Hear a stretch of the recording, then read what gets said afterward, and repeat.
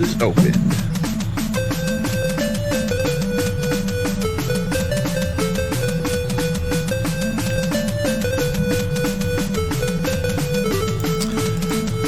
Hey everybody, it's Stephen the Old World Gamer along with Scott Devin Kane, and welcome to another episode of the Retro Indie Pixels podcast. We are back again, once again, to give you all of your gaming news and Scott's gaming guilty pleasures of games he probably shouldn't be playing, but is. We're back again for all of our news and all the good stuff of gaming and all the stuff we can think of. Whoa. Hey, is that what I think that is, then? Bionicle Collector, thank you for the follow. Was that what I saw? Did you see our unofficial sponsor of the podcast, which might be Jones Soda? So unofficial. So unofficial, but we're here with we're here again, guys. We love you. I'm not usually a root beer drinker, but I will drink the hell out of that because that is some damn good stuff, man. So, how was your gaming week, Stephen?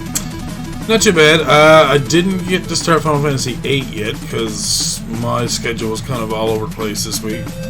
Right. But I did start an indie game called Surviving Titan, which I thought I was only going to play for an hour, and I ended up playing for like 3 hours the first time, and I think 2 hours the second time. So, and I still want to play some more. So it's fun. I like it. Yeah, I've been. If you've noticed, we've been having a couple of the couch streams of Mario 64, which has been an adventure, man. I will openly admit I've never before actually finished Mario 64 because I would always get like 10 or 15 stars in and be like, man, this game's really long. I'm not gonna finish this.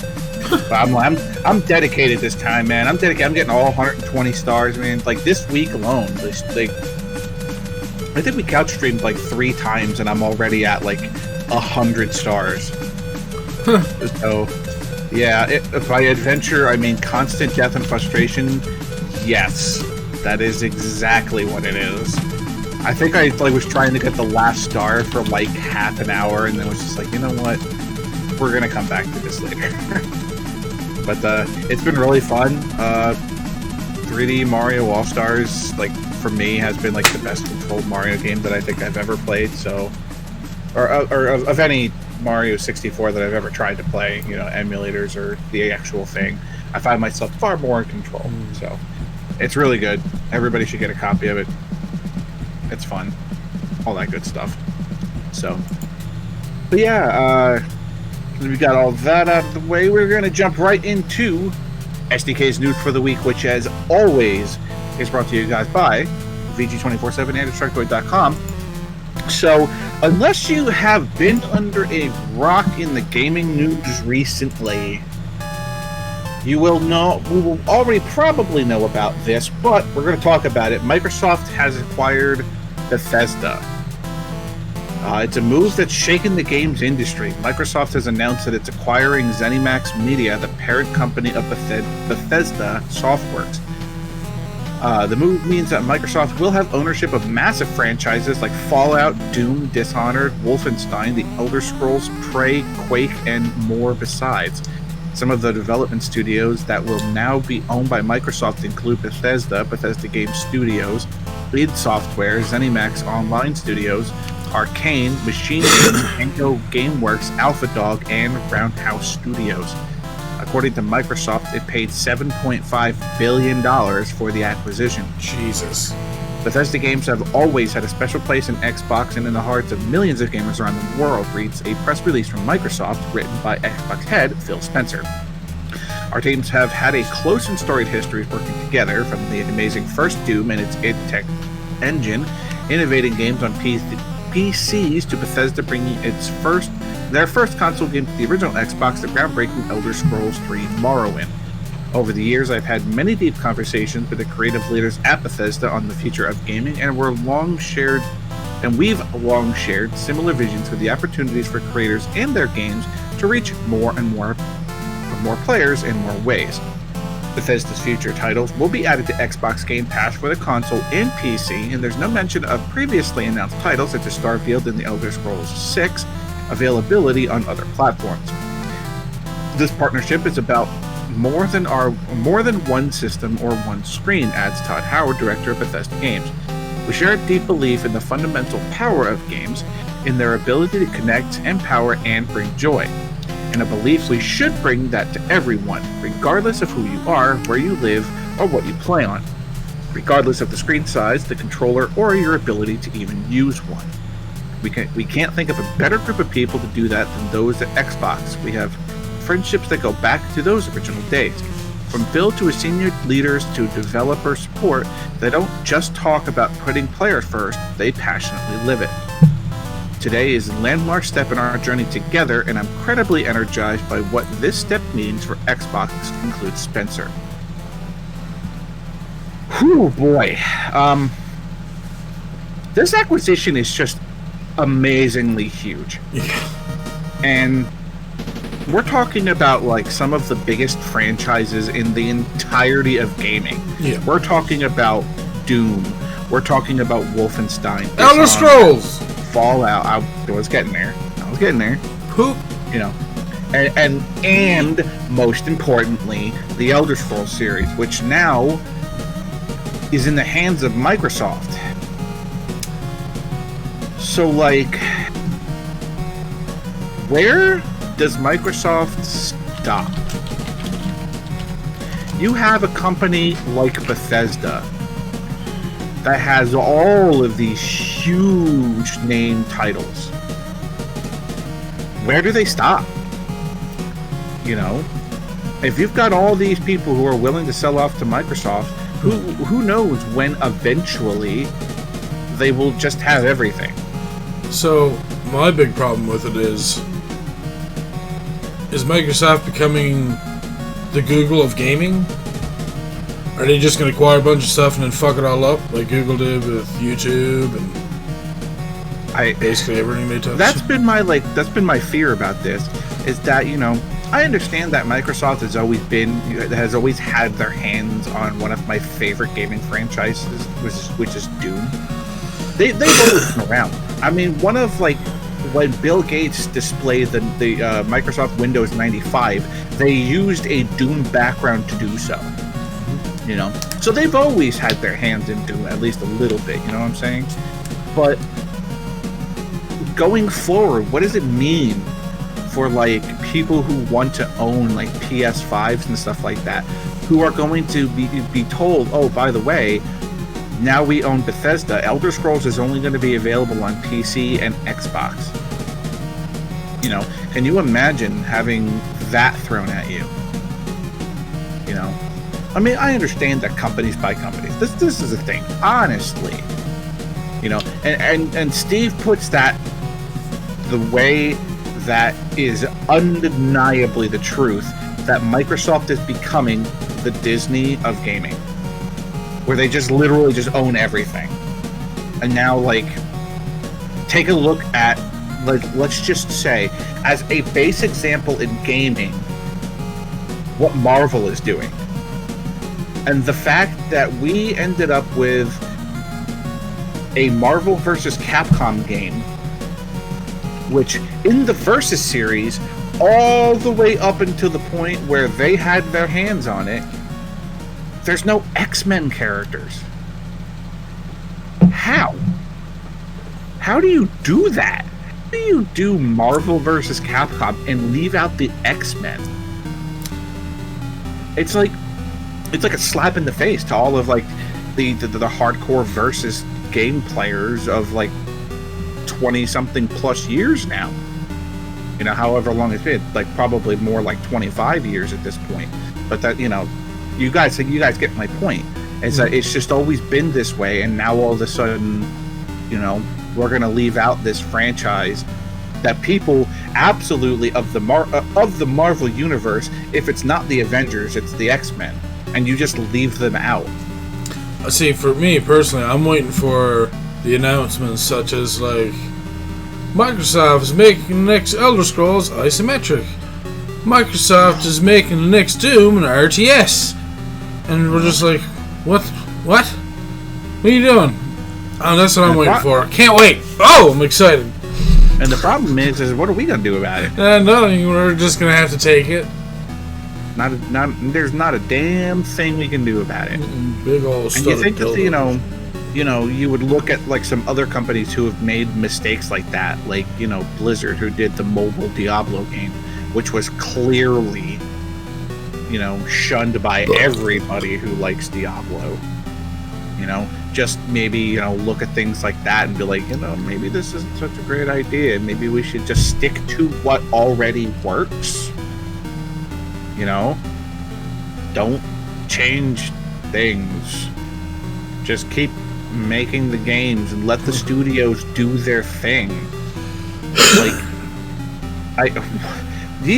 Wow, chat's literally taking the words directly out of my mouth, and I was about to go there.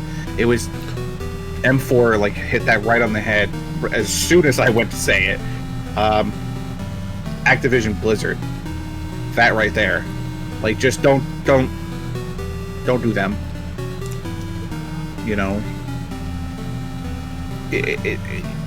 Microsoft,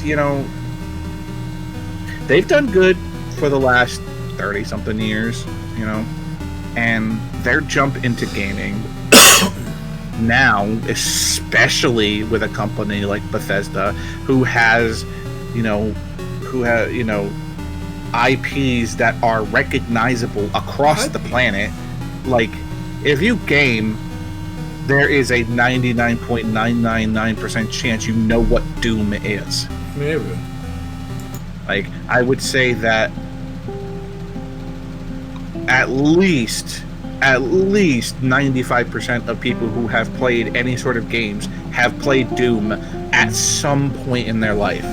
Even if it was just for a little bit, you've at least tried it, because it's yeah, I know you haven't.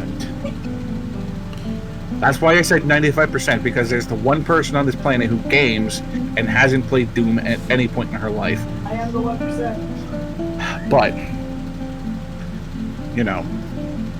yeah, I would not be surprised either, M4. I mean, I think the gaming industry is coming to a new point where they're trying to make things more exclusive because they know that they need to do that in order to make sales, because if they don't, then someone else is going to do it, basically. Yep. So that's what it's coming down to, is that they're all slowly closing in. Oh. And I honestly feel that this is going to be like Console War 2. You know what I'm saying? Mm-hmm. Which is dumb.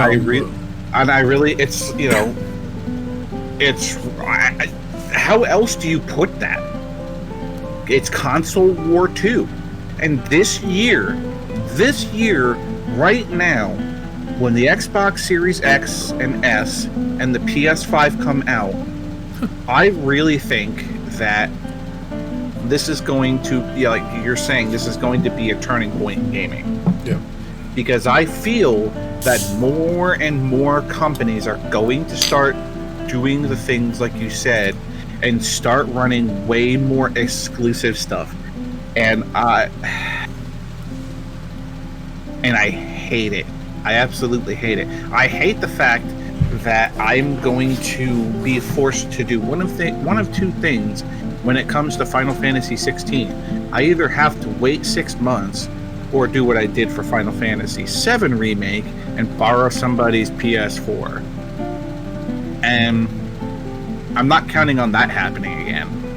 So, it's just, I feel like this is going to be like a dumpster fire in the making. And I don't know. I could be wrong. I could be very wrong. But this is, I think, over the next year, after this acquisition of Microsoft picking up Bethesda, and it's not even Bethesda. It's ZeniMax. It's ZeniMax Media. So it's not just Bethesda that they picked up. They picked up id Software. So all of those, all of the games in that series, like Doom and Wolfenstein, are all affected by that now too. But there's a lot. There's a lot in the future that could go catastrophically wrong. Now, excuse me, now that we have Microsoft at the head of all this. I'm hoping not. I'm hoping to be proven wrong. I'm hoping that, you know, Microsoft works diligently with these companies and we get more games in the future. Maybe I could be completely wrong and we could be getting more awesome games from these franchises. A new Fallout game, and you know, another new Wolfenstein game, another, you know, maybe a different kind of Elder Scrolls game. You know, don't mess with Elder Scrolls 6 because that's already a thing. You know, but who knows? Maybe better games. All right. Who knows? We'll have to see in the future. Anyway, so moving on from that, Amazon has announced a new cloud gaming service called Luna. Today, Amazon revealed Luna, its new cloud gaming service, which has been in the works since 2019. Amazon Luna was announced today, which, was today, and allows you to stream games without lengthy downloads, updates, or complicated configurations. Early access is now open in the US, and you can request an invitation through a link at VG247. Luna allows you to play one screen and pick up and continue on another. At launch, it will be available on Fire TV, PC, and Macs, as well as on apps for iPhone, iPad, and Android coming soon. Players can subscribe to the Luna Plus game channel, which offers games such as Resident Evil 7, Control, and Panzer Dragoon, as well as A Plague Tale: Innocence, and The Surge 2, Yooka-Laylee, and The Impossible Lair, Iconoclast, Grid, Abzu, and A Brother's Tale of Two Sons. Luna Plus will be offered at an introductory price of $5.99 per month during the early access period, with more titles to be added over time. Additionally, subscribers can play on two devices simultaneously and get resolutions of 4K 60 FPS for select titles. Amazon also announced that a new gaming channel with Ubisoft available directly through Luna. Players who subscribe to this channel will also have access to Ubisoft titles in up to 4K resolution, mobile gameplay, and access to new titles when the channel launches, like Assassin's Creed Valhalla, Far Cry 6, and Immortals Phoenix Rising. The same day they release. This is the first of multiple Luna game channels in development. Players will also see Twitch streams for games in the service, from Twitch they'll be able to instantly start playing Luna games. There's also a controller on offer. The Luna controller promises low latency with Cloud Direct technology. Of course, you can also play with a keyboard and mouse and Bluetooth game controller or the new Luna controller. The Luna controller is Alexa enabled and it features multiple antenna design that prioritizes an uninterrupted Wi-Fi for lower latency gaming. The Luna controller is available at an introductory price of $49.99 during the early access period. That'd be cool. It seems neat. Steam already tried something like that, though.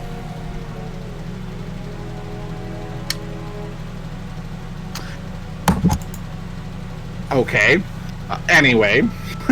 What? I mean, this seems. What's wrong? I just happened to look over at chat. I mean, like. Anyway, this seems interesting. I mean, it depends on what they decide to allow access to, for whether or not it's going to be, you know.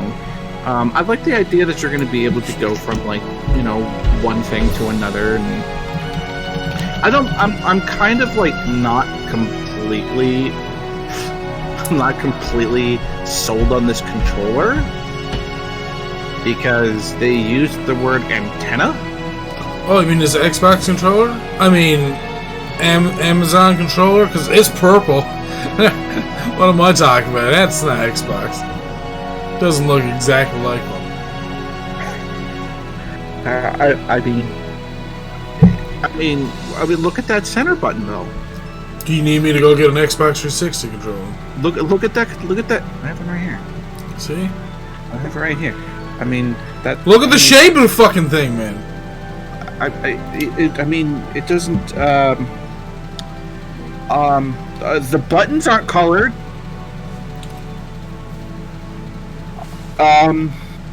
There's no Xbox logo in the middle of it. That's true. There's a microphone button.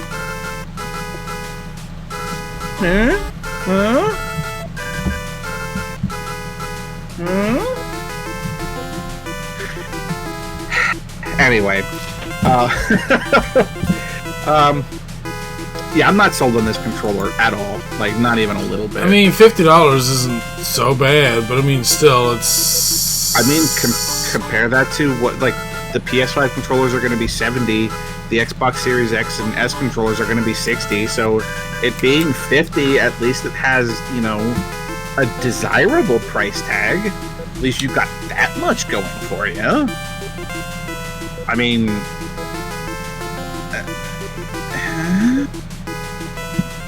and it has multiple antenna designs.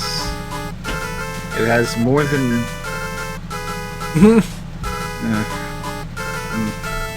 So yeah. I mean, if you're looking for something different to try cloud gaming on, I mean, I suppose this is a thing. So. It depends on how much they charge for it. I mean, it's like, I'm trying, man. I really am trying. I mean, I just thought I'd throw it out there and, you know. Moving on. Oh, so Fall Guys PC launch revenue is one of the highest revenues since Overwatch. Think about that.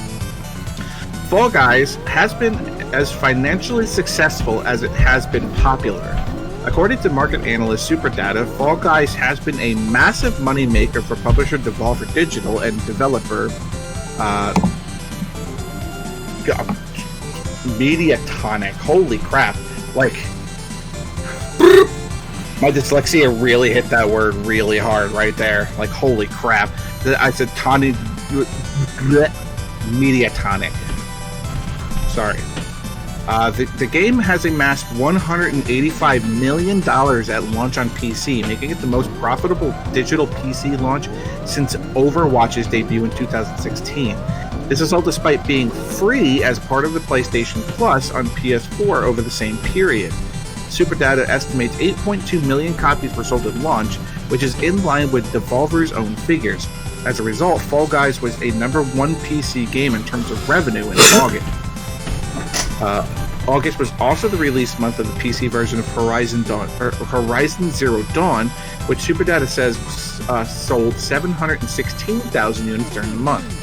This is bigger than Death Stranding's launch sales, another former PS4 exclusive that exceeds more established games like Assassin's Creed Odyssey and even The Witcher 3 Wild Hunt. Though Call of Duty Modern Warfare topped the console revenue charts in August with Fortnite, which saw the most growth. Thanks to the game's Marvel-themed new season, Fortnite saw a 76% growth in revenue on PC and consoles. Superdata says this more than offset its decline on mobile after Apple and Google removed the game from their official stores. On other Fall Guys news, the game recently introduced anti-cheating alongside a minor content update. A bigger patch is due in October to kick off Season 2. Man, this is one of those games, dude. Like, I feel like we need to get, like... Everyone playing? Everyone? Like, 7 or 8 of us coming together and just, like, playing all at the same time. Because, like, I'm dying to play this game, man. I am as well. It's, like... Someday.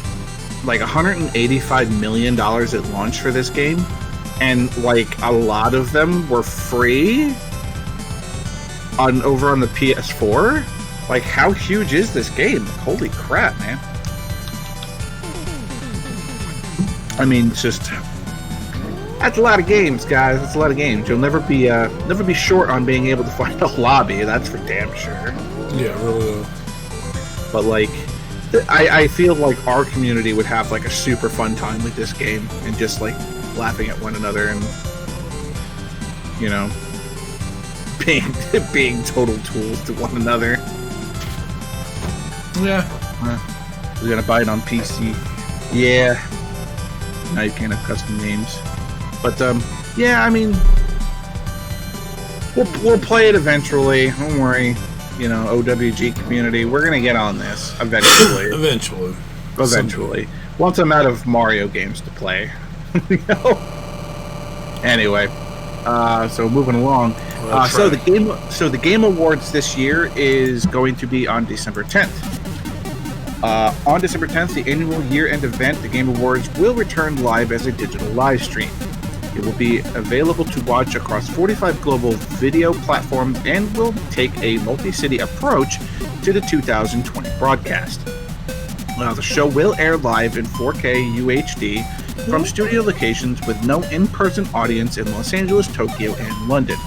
The 3 host cities will be digitally connected and feature live award presentations, musical performances, and world premiere game announcements.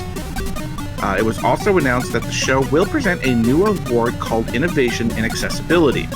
The award recognizes software and hardware developers that are pushing the medium forward by adding features, technology, and content to help games be played and enjoyed by an even wider audience. The Innovation and Accessibility Honor joins the Global Gaming Citizen Program, the Games for Impact Award, and other initiatives to be announced. Alongside the awards, you can expect a weekend of playable games, in-game drops, demos, and live streams across PC, console, mobile, and mixed reality experiences. A sale will also be available across all major PC and console gaming platforms, providing special discounts on nominated games and other special offers. Game Festival will return and offer limited-time playable demos on upcoming games from both major studios and independent developers. More information will be released in November. Last year, the Game Awards reached 50 million global viewers, including a peak live concurrent audience of more than 7.7 million viewers. I mean, I feel like this is like the Oscars of gaming, where it's like, yes, everybody wants to see who wins, I feel like this year is going to be a really, really, really strange year for gaming. It's tough, man. Obviously there's going to be hey, what's the game of the year sort of thing. And a lot of really good stuff came out this year, man. A lot of really good stuff. Like Donkey Simulator, Death Stranding. Was that this year? Did you really put Donkey Simulator up there? No, that's what Death Stranding is. Oh. But we have Final Fantasy VII Remake. We have Animal Crossing that came out this year. Oh, yeah, that's true.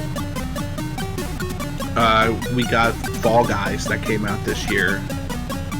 There's a lot of stuff that has made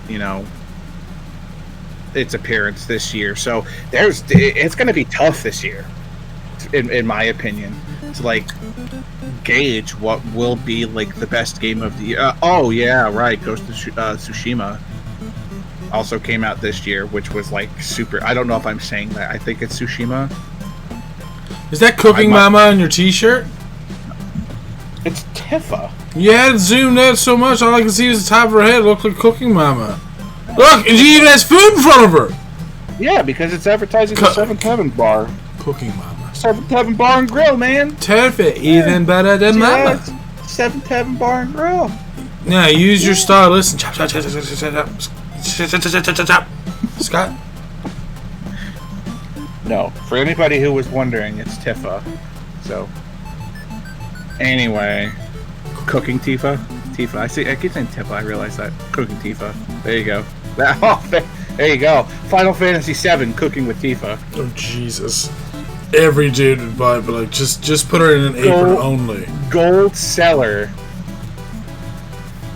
And it's Cooking Tifa with Cloud Squatting Simulator. Gold seller, folks. Hope you're listening, Square Enix. You got a gold mine in your hand. We just want a little bit of credit, that's all. I mean, we're talking about this. Oh my god. Never mind. All that from a T-shirt look thing. I know, right? Listen, I got a whole bunch of new Final Fantasy T-shirts, man. Trust me, there's gonna be a new one every week. I got a really cool one for next week. Don't worry. I really love this one. Anyway, getting away from the point. Games Festival, December 10th this year. Mark your calendars, guys. This is like, of all of the award ceremonies when it comes to gaming, this is literally the most important, like, throughout the entire year. So, and also, I mean, 7.7 million concurrent people were watching it. So, obviously, it has some importance. So, mark your calendars. Get ready to watch. Moving on. Speaking of another thing to be watching online, online only BlizzConline announced for February of 2021. Activision Blizzard has announced BlizzConline, an all-digital only online-only event that will be the alternative to a physical BlizzCon 2020. Earlier this year, Blizzard announced that it would cancel this year's event, BlizzCon 2020, in light of all of the health and safety considerations the company would want to make. Now, to make up for the event's cancellation, the studio has announced BlizzConline. The new event will take place on February 19th and February 20th of 2021. As of the time of the writing, it is unclear whether or not the event is going to be free, ticketed, or a mix of both. While circumstances are keeping us from gathering in person this year, we're putting together a little something early next year to channel the spirit of BlizzCon in the form of an online show, says a post over on the BlizzCon site. We still have a lot of planning to do, and it'll have some time before we're ready to share more details, but we wanted to provide a heads up on how you could be part of the online fun.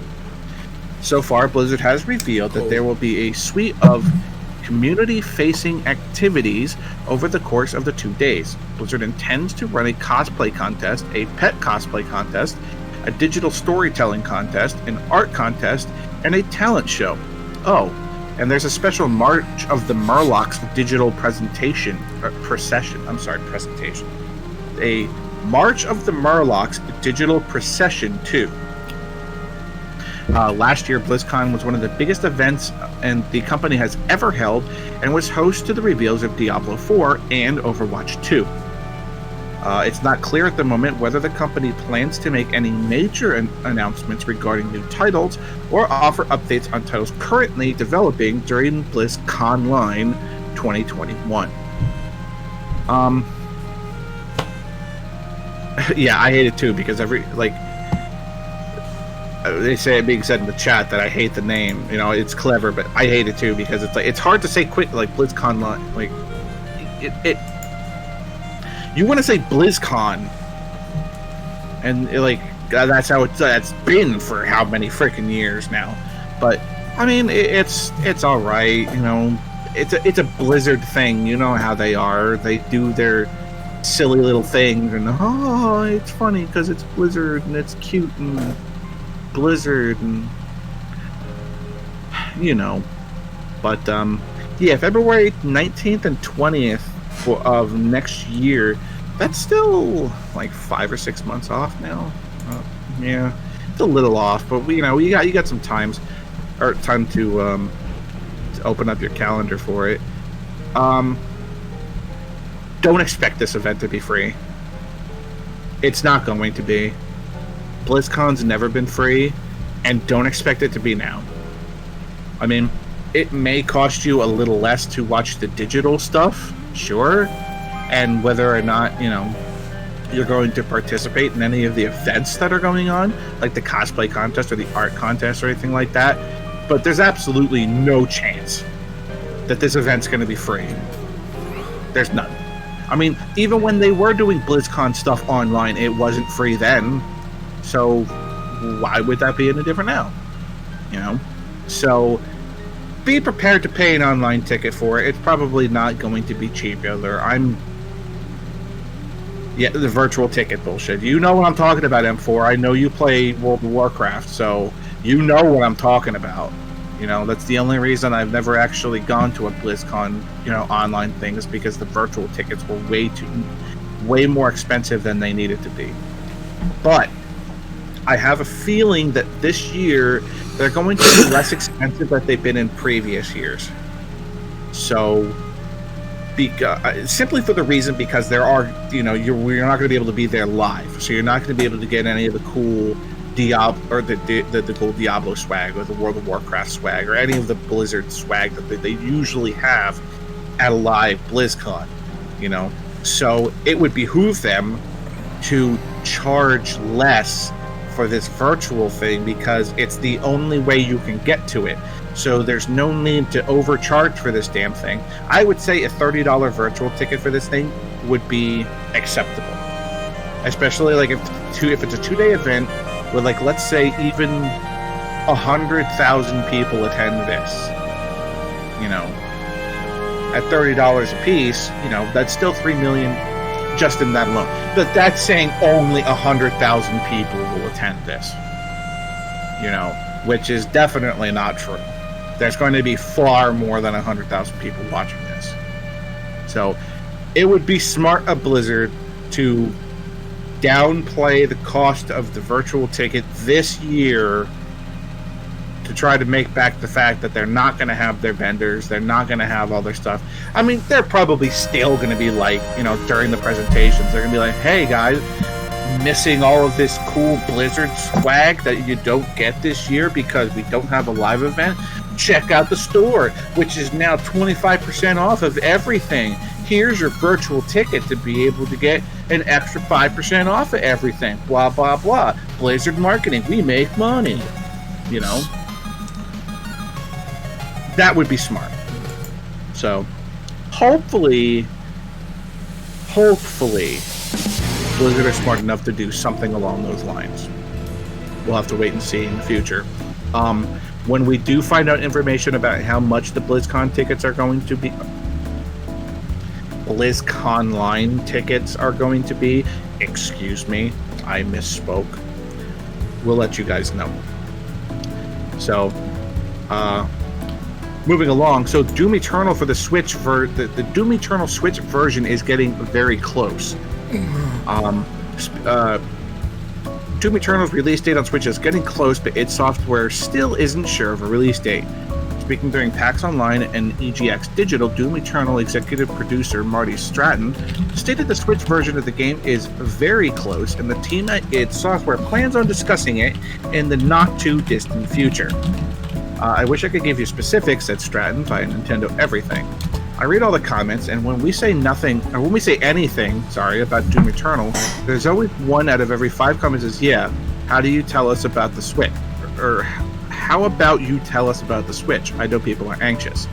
Stratton goes on to say that teams at id and Panic Button are trying to make it the very best version of the game that it possibly can be, and it's taking a bit longer as everyone is working from home. Oh, excuse me. You're excused. It's taken a little bit longer to get there, but we want it to be everything it possibly can be, he said. It's very close, and we're trying to be very uncompromising with what it needs to be because there's a high demand for it. We will be talking about it again in the not-too-distant future. It is close, but I can't say exactly how close. Released in March of this year, the Switch version will run at 30 FPS, and there still isn't a release window. Wait, what? Oh, okay. Coming October is The Ancient Gods Part 1, which is the very... Wait. Hold on. At that release in March, the Switch version will run at 30 FPS, and there still isn't released. Okay. My brain exploded, and I'm like, wait, it released in March of this year, the Switch version will run... It's like, wait, why am I talking about this if it's already... And then... Moving on. Coming in October is The Ancient Gods Part 1, which is the very first major story expansion. It will be made available as a standalone download. Boy, it is included in the Doom Eternal Year 1 Pass, which comes with access to both DLCs and will run you roughly $30 American. The Ancient Gods Part 1 can be purchased by itself for £16 or regional... Why? Okay, let's do some math here. 16 pounds, probably gonna be like $20, roughly $20. Anyway, so here's the thing I have about this.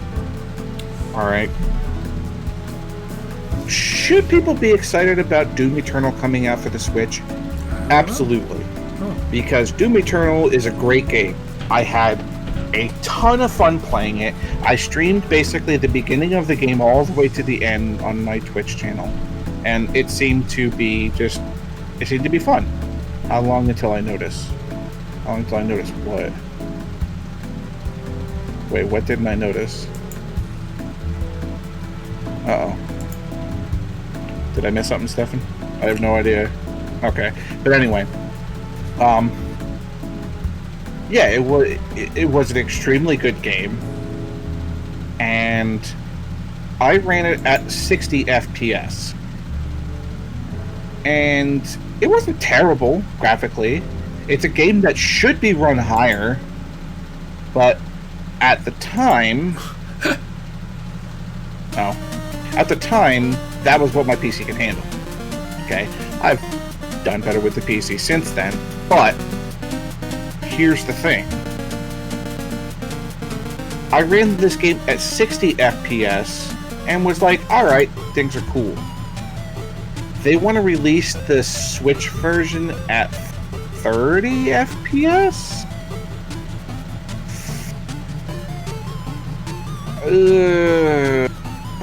Jesus! I don't know, man. I'm gonna have to see the game firsthand to see how it runs at 30 FPS. Maybe. But, like, I don't know, man. I don't think you can get the same game out of Doom Eternal at 30 FPS than you could at 60. And I feel I missed out on things because I was running it at 60. You know what I'm saying? So, I don't know. We'll have to see in the future. And hopefully it won't be like the distant future, because they're saying that it's going to be very close, but like in the gaming industry, how close is very close? You know what I'm saying? Like, it's just... It's gonna brick the Switch trying to run it.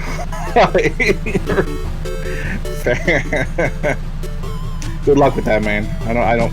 Yeah.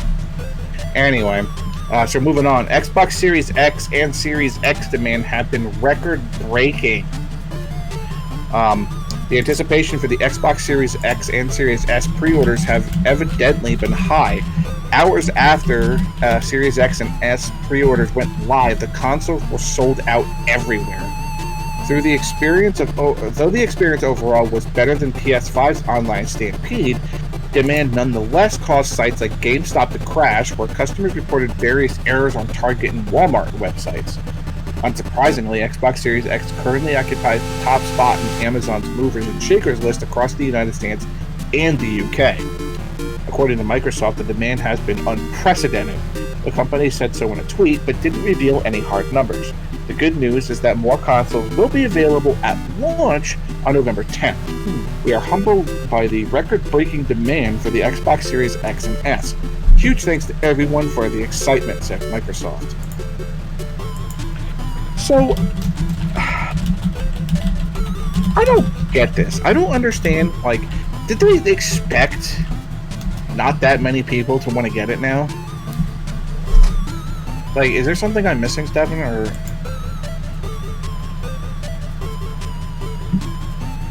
You're live over there, bro?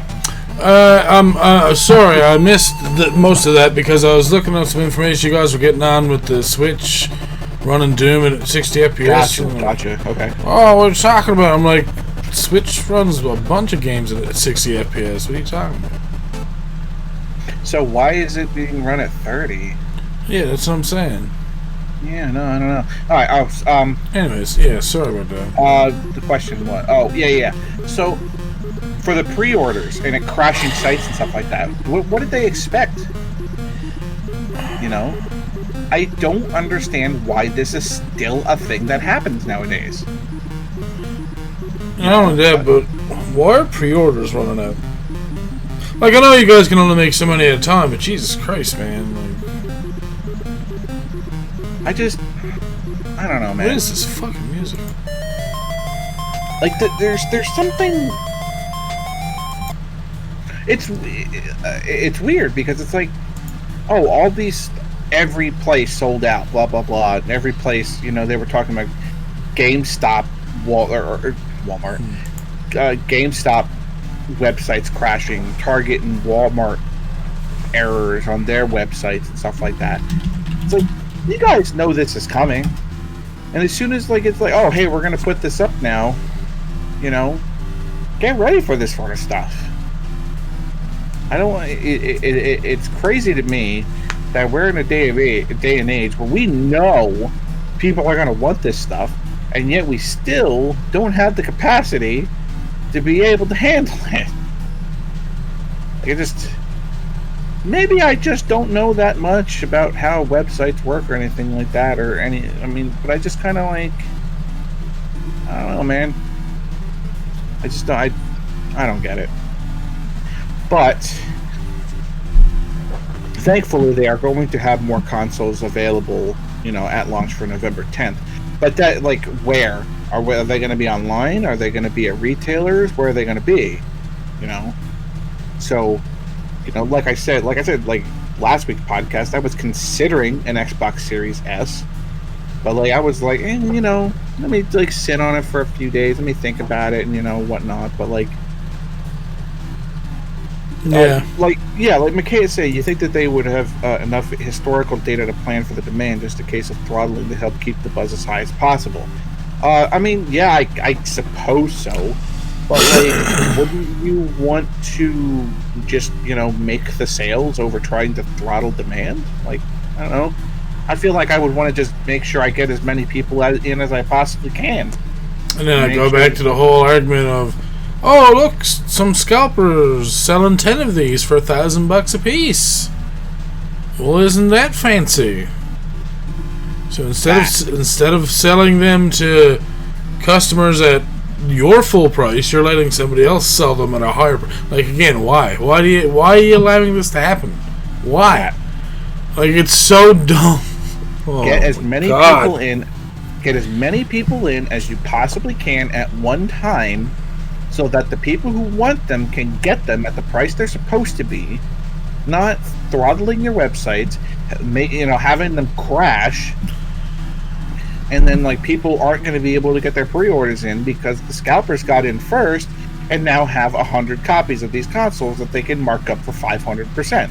Yeah, and then on top of that, why not just make another website completely away from your standard website, so that way you can have everyone just who wants to buy, because there's probably still going to be a bunch of people on the website just doing other shit. Mm-hmm. So, it's going to be screwing up for everyone. So if that's the case, just open it.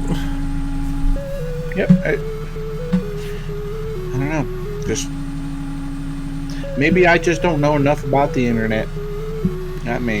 Just honestly, give up your helicopter, the new helicopter you're going to buy this month, and just fucking get a new website or something. It's a website. It doesn't even cost it. What is up with this fucking music every time I go to Talks?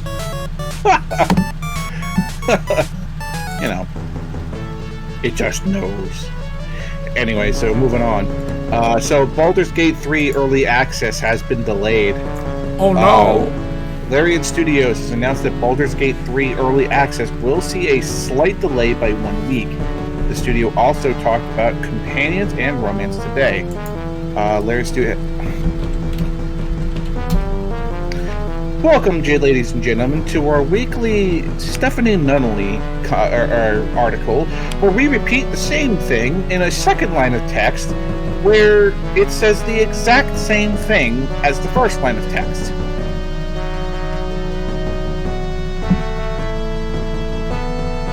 Instead of going live on September 30th as planned, it will instead go into early access on October 6th.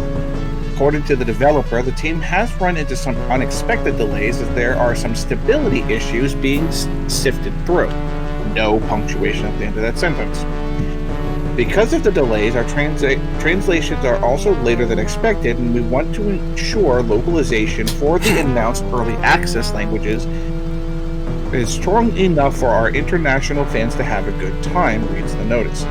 When it goes live on October 6th, you can expect to participate in the early access period through Steam, GOG, and Stadia. To tide you over, the studio has released a new community update video which goes over companions and romance in the game. According to the update, the game will feature reactive systems all throughout the journey of a relationship, from the time of meeting to a companion to the potential romance with them. There are apparently hundreds of permutations that define where a relationship heads, if anywhere at all. These systems have been designed to create the most intimate, authentic, reactive relationships ever seen in a Larian RPG. Your character will also change how things play out. Your character will also change how things play out. For example, if you play a Drow Wizard, you will have a different dialogue options than playing a Githyanki Warlock. These differences will also be present in your relationship dialogues. Your character will also be shaped by your actions and reactions and the party you journey with. Frictions may test the party's resolve, and romances might test the party dynamic. You can pursue love with one companion to the detriment of another, and you can also side with someone a companion tests. Give the latest community video a watch for more. Oh, you should upgrade her article there with give the latest community video watch for more. Give the latest community video watch for more. Double up on it, Scott. Become a real Stephanie Nunnally. I don't understand. Like, jeez, how is this like? We appreciate you and the work you do, but seriously, what the fuck is up with it? Literally, I'm highlighting it. All right, now I'm gonna do it again. It's up here. It's the same. It's literally. Scott is not even lying. Like it's like word for word. It's like, yeah, it's literally word for word. Yes, that's what I'm saying. Oh, crap. Wow, it's a lot worse than it normally is. Normally, it's like worded a little bit differently, but this time, somebody know the editor really well. Like, what did it? I'm sorry, but like, come on. Like, damn, and even there's like missing punctuation in it too. Like, what the fuck, man? Give the latest community video a watch for more, comma, period. What are you talking about? That's perfect. That is how grammar goes. Like every week, guys, every week. This is why, like, I have such a hard time reading some of these articles, because this shit shows up. Like, what the fuck, man? Anyway, let's talk about Baldur's Gate 3 instead of, like, this particular person's inability to write articles properly. October 6th is when we're going to be getting the early access, so it's kind of like a week later. And it's kind of weird to, like, this is going to be, like, mostly a translation thing? I mean, I guess, you know, like, if you want to make sure that everybody gets to experience it properly, that makes sense. It seems like a long time for, you know... Yeah, see? That's the thing. Right there. They do it to mess with me. See? They do these articles just to mess with me. That's how it is. You can get it through Steam, GOG, and Stadia. I assume that like 95% of the population is just going to get it through freaking Steam. Yeah. So if you're looking to play it and not have 6,000 people to, you know, try to argue with a download with at once, you could probably just go over to GOG and get it there. So, you know, that way you can download it quickly rather than having to fight thousands of people trying to download it all at the same time. And, you know, makes sense. I kind of like this whole, you know, I know it sounds weird for me to like this particular thing of it, but I kind of like the idea that there will be character romance, because that's, you know, it's not, whenever you do like a D&D campaign, it doesn't come up in every campaign, but sometimes it does. And having that sort of option, I mean, it's something you can completely ignore, obviously, you know, so you don't have to pursue it, but, you know, that the fact that there's an option is kind of cool. And also the fact that the Githyanki are going to be a playable race kind of makes me happy. So, got that going for me. Go Astroplane. But, Yeah, October 6th will be the day of the early access beginning on Baldur's Gate 3. So, if anybody has pre-ordered themselves a PS5, Amazon says that there's a chance you may not get it on time. Meh! I mean, oh, man. Those who pre-ordered a PS5 through Amazon may not get their consoles at launch day. According to an email sent to Amazon customers, those who pre-ordered PS5 may not receive their consoles at launch. This is a Stefan. Yeah, of course it is. The email states that the issue stems from high demand. We're counting on you to order. We're counting. Oh, Jesus Christ, man! This just. The email states the issue stems from high demand. We're contacting you about your order of PS5 to let you know in advance that you may not receive this item on the day it's released due to high demand, reads the email via The Verge. We make every effort to get the item to you as soon as possible once released. Pre-orders for the console are now live and reserved stock seem to have sold out at multiple retailers. This even seems to be the case for those who reserved the PS5 through an invite-only PSN pre-order. A recent report suggests Sony has booked 60 Delta planes to facilitate faster shipping of the console. Plus, Sony said that there will be more stock of the console at launch than there were for PS4 during the same window. So hopefully retailers will know how many consoles they can pre-sell again. If you want to keep up with news on where you can pre-order, be sure to bookmark the VG247 page. PS5 will launch November 12th in select regions and November 19th for the rest of the world. What? So, we sit back for a year, sit and listen to how great these consoles are going to be. For what it's worth, if you haven't heard, the PS5 pre-orders were a fucking fiasco because they didn't date it. They just did it. And after like the PS5 online thing, where they were talking about the online, you know what I'm talking about. I'm having trouble coming up with a word here, but this is so much fun. I know, right? This is the week of having to sift through terribly written articles. For what it's worth, guys, this is the last Fiji. No, I find it funny that it's just so many things that are happening that is just hilarious. Like, oh, by the way, we're not going to have enough pre-orders for everyone to pre-order, but everyone who does pre-order, just going to give you a heads up, you're probably not going to get your stuff. Like, wait, what? So you don't have enough to fulfill everyone who wants a pre-order, and then those who pre-order, you don't actually have enough to fulfill. It's like, why are you putting in so many pre-orders then? Like, you know how many you have. Like, you can't, you know, I'm sorry, but you know exactly how many consoles you have, and you just, let's put up, 1 million pre-orders. By the way, we only have 300,000 consoles, so that's going to be perfect, right? That's good. That's how people plan things. Yeah. Hey, we're all going to the beach today, all 8 of us, so I'm going to bring a sandwich for all of us to share.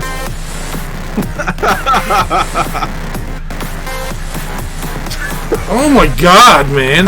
And these are big companies. It's not like it's like, mom and pop store down the road didn't have enough fucking chicken to make fried chicken for everyone in the community, so they had to close early. No, this is Amazon. This is PlayStation. This is Xbox. Like, what? How? How do you have billions of fucking Microsoft? I'm gonna go buy Bethesda for $7.5 billion, but by the way, 2 million pre-orders, and we have 500,000 consoles. Like, who does your numbers? Like, what? I don't know. Like, it's just, you're fucking Amazon, for God's sakes. It's not like you're some sort of no-name company who like, oh, I ordered this from shady Xbox 360 seller.com or anything like that. No, you're goddamn Amazon.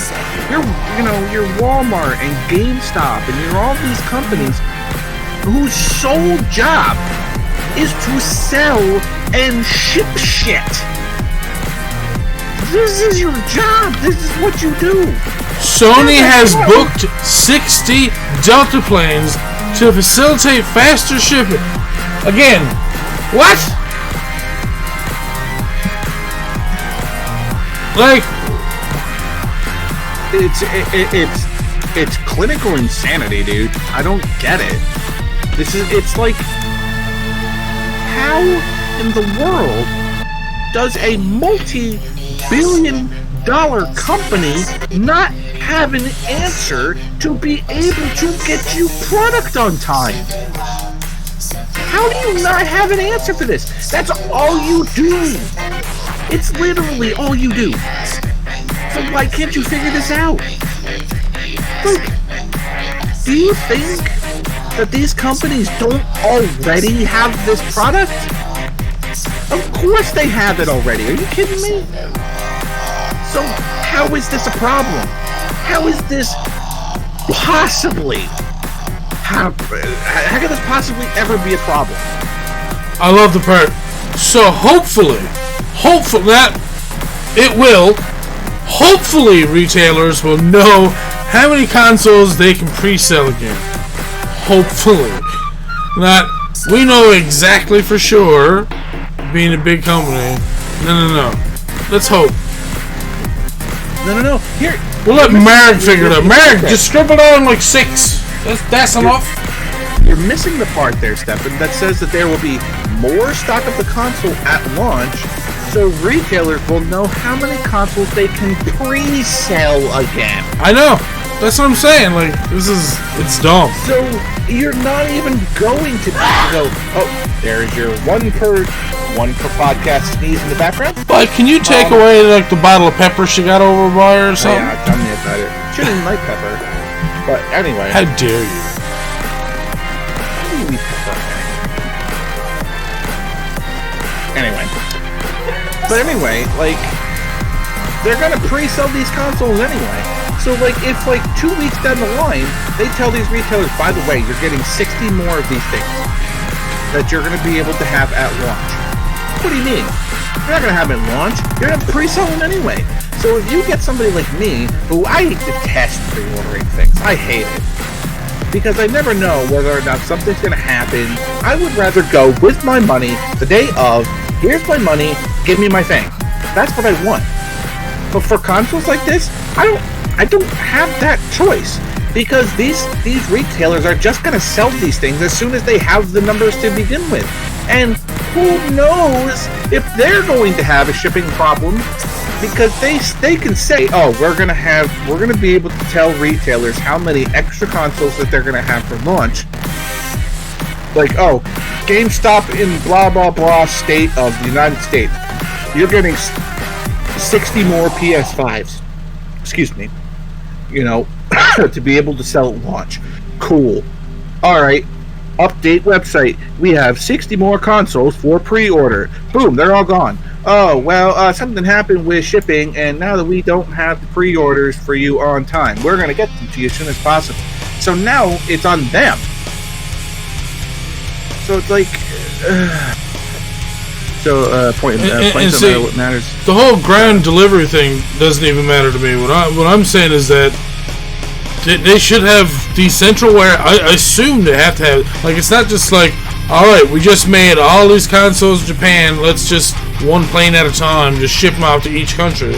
Like, they should have, like, several warehouses in each country that they're selling these majorly, like the US, like Canada, like the UK, places like that, where they're out and dispersed and ready and in a Walmart or in a fucking Target or whatever fucking place that you're buying this shit from.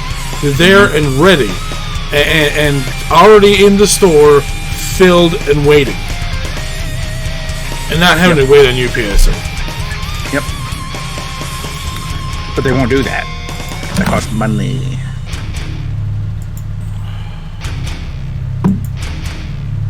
costs money, but they booked 60 planes. This is what I'm saying, Scott. Like, yeah, fair enough.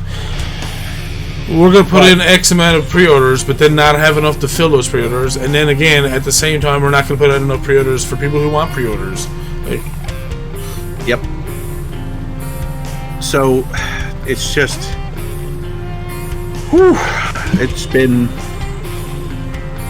like these whole pre-order things have just been a straight damn fiasco, and there's just...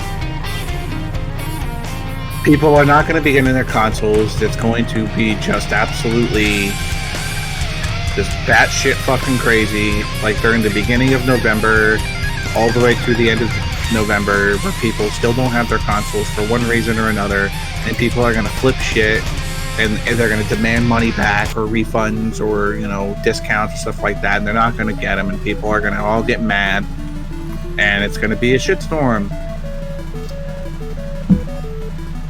There's no way around this. It's going to be terrible.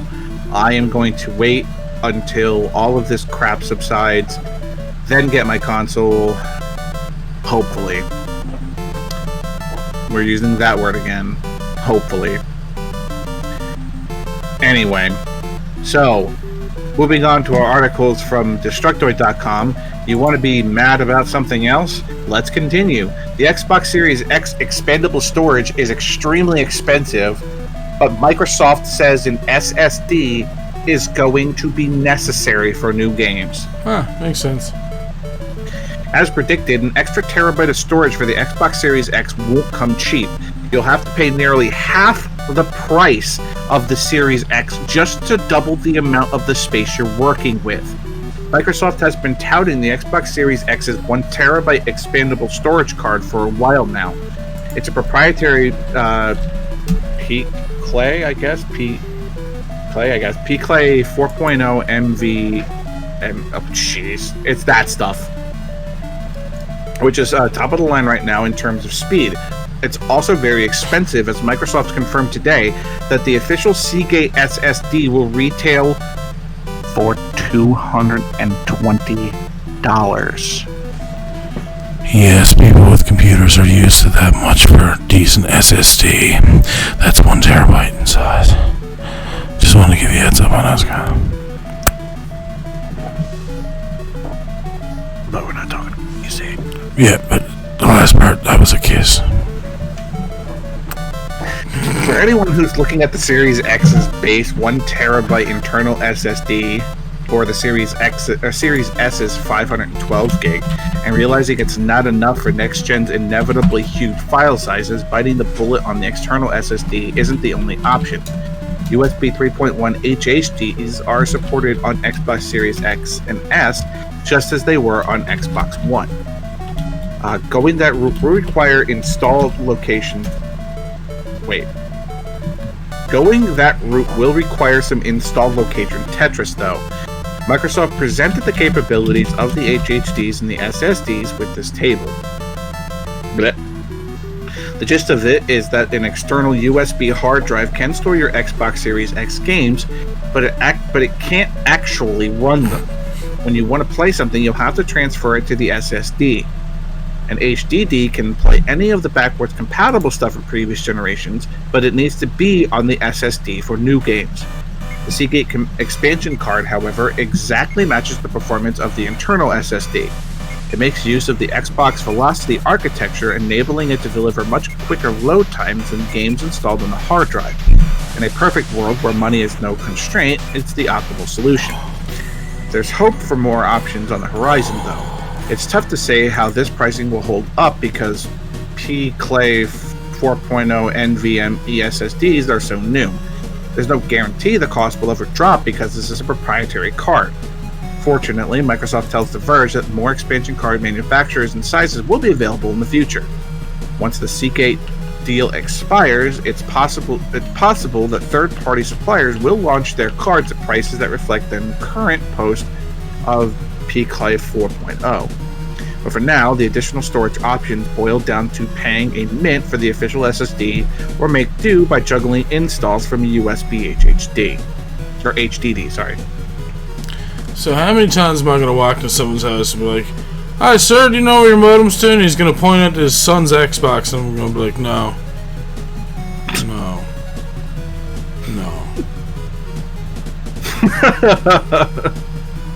Close, but no.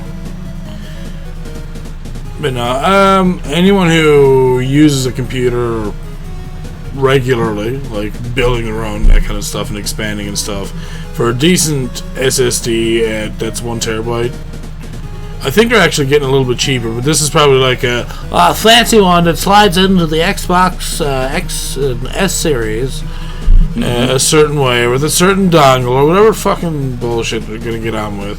So you're probably going to pay a premium on top of it because of that. But yeah, for the most part, like, if you needed a new terabyte of hard drive space for playing games on your computer, you'd pay the same thing. Oh, yeah. But that's like... that's different, though, because I feel like while I'm paying... like, let's just say on average, like, a gaming PC costs $1,000, where, like, you know, $220 for the terabyte of hard drive space is, you know, alright, whatever. But we're also talking about consoles that are around the $500 range. You know? I really don't feel that the memory for a console that costs only $500 compared to $1,000 of a PC should have the same cost.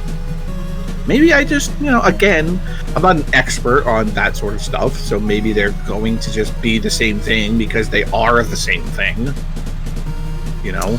Yeah. Again, see, the thing is with PCs is that you can literally, my video card's not very good anymore, or it crapped out. Alright, new one. Oh, look, my Xbox, whatever the fuck inside just broke, a video card or whatever. Alright, new Xbox. Yeah, that. So then all of a sudden, you just went from paying, you know, $200 or $300 for your new video card, that's probably an upgrade anyways, to, I just got to shell out another $500 for another Xbox. So this is what I'm saying, like, PC is a much better option to go with over an Xbox. It's just convenience for kids, but then parents are stupid enough to think like, oh no, this is a great idea too, and I'm like, no, because did you buy him a 360? Well, yeah. And did you get him an Xbox One? Yeah. And now you're getting them an Xbox, whatever the fuck it's called. Yes. So how much did you spend altogether on 3 of those? Over $1,500 probably, just for the systems? Alright. How much did you pay for your fucking computer? And how long is it going to last you if you build it properly? Like my PC right now, I don't plan on changing. Well, I mean, I may like upgrade RAM and stuff like that, but like I have no intention of, you know, I just upgraded my video card. You know, that was a $600 investment, but that's gonna last it how fucking long? You know, it's gonna last it for like, you know, a couple of years, where I don't have to buy a new console or anything like that. It's like, but like what the article is saying is that like you're going to be able to buy your games, throw it on your your SSD, but you can't play it off the SSD. Now you got to move it somewhere. Like, so what the hell is the fucking point in having the damn thing? You have to like move it back and forth every single time you want to do something new. It's like, well, why? I don't get it. It doesn't make any sense to me. You know? Well, yeah, you know what? Yes, I agree with you now. Because why can't you just get a 4 or 6 terabyte shitty hard drive, put your games and crap and stuff on it, and then when you need it for the Xbox, okay, well, let's remove some of the games I'm not playing, let's put on this new game.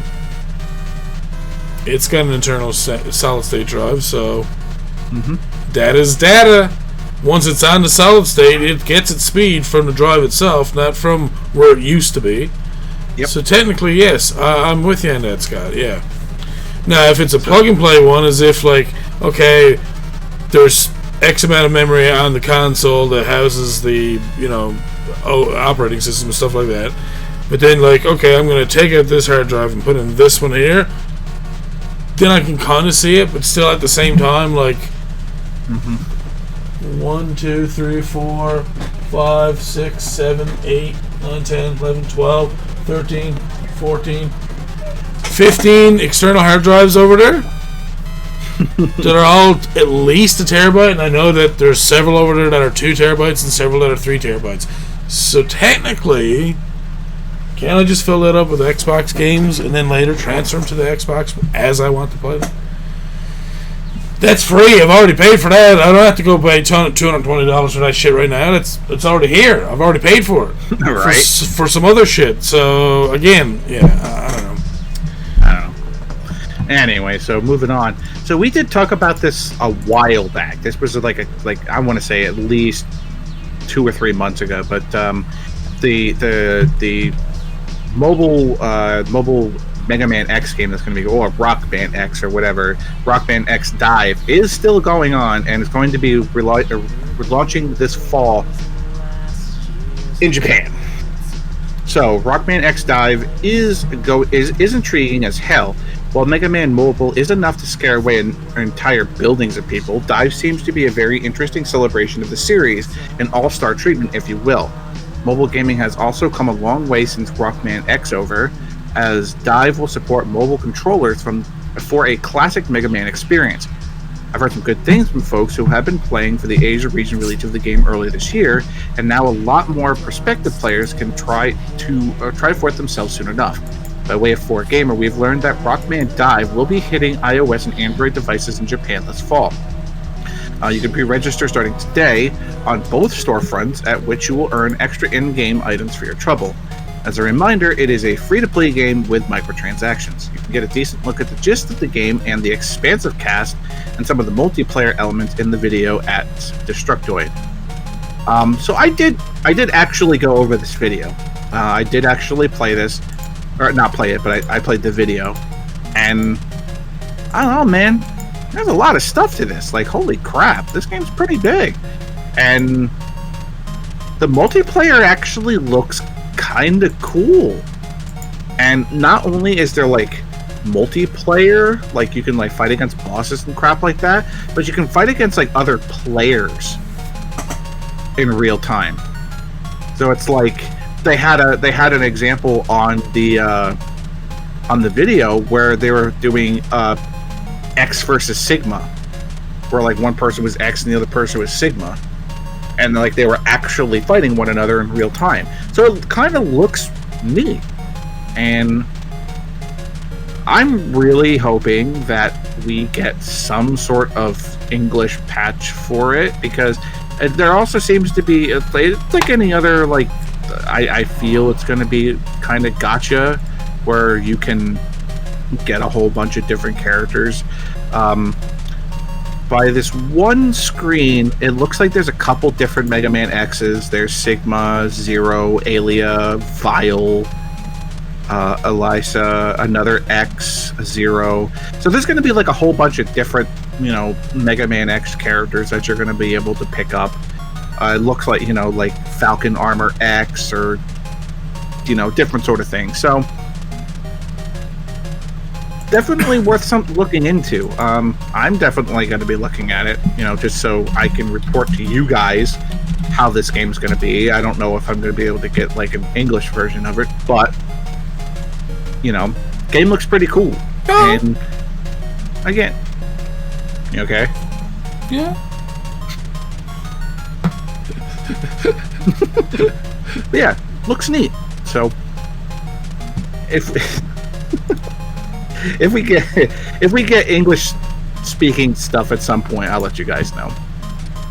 So moving on, R-Type Final 2 will battle the Buyout Empire in spring of 2021. Developer Granzella Inc.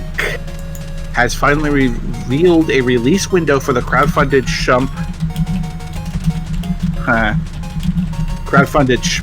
R-Type Final 2. As noted in the latest edition of Weekly Famitsu, the interstellar action will blast off on PC and consoles in spring of 2021.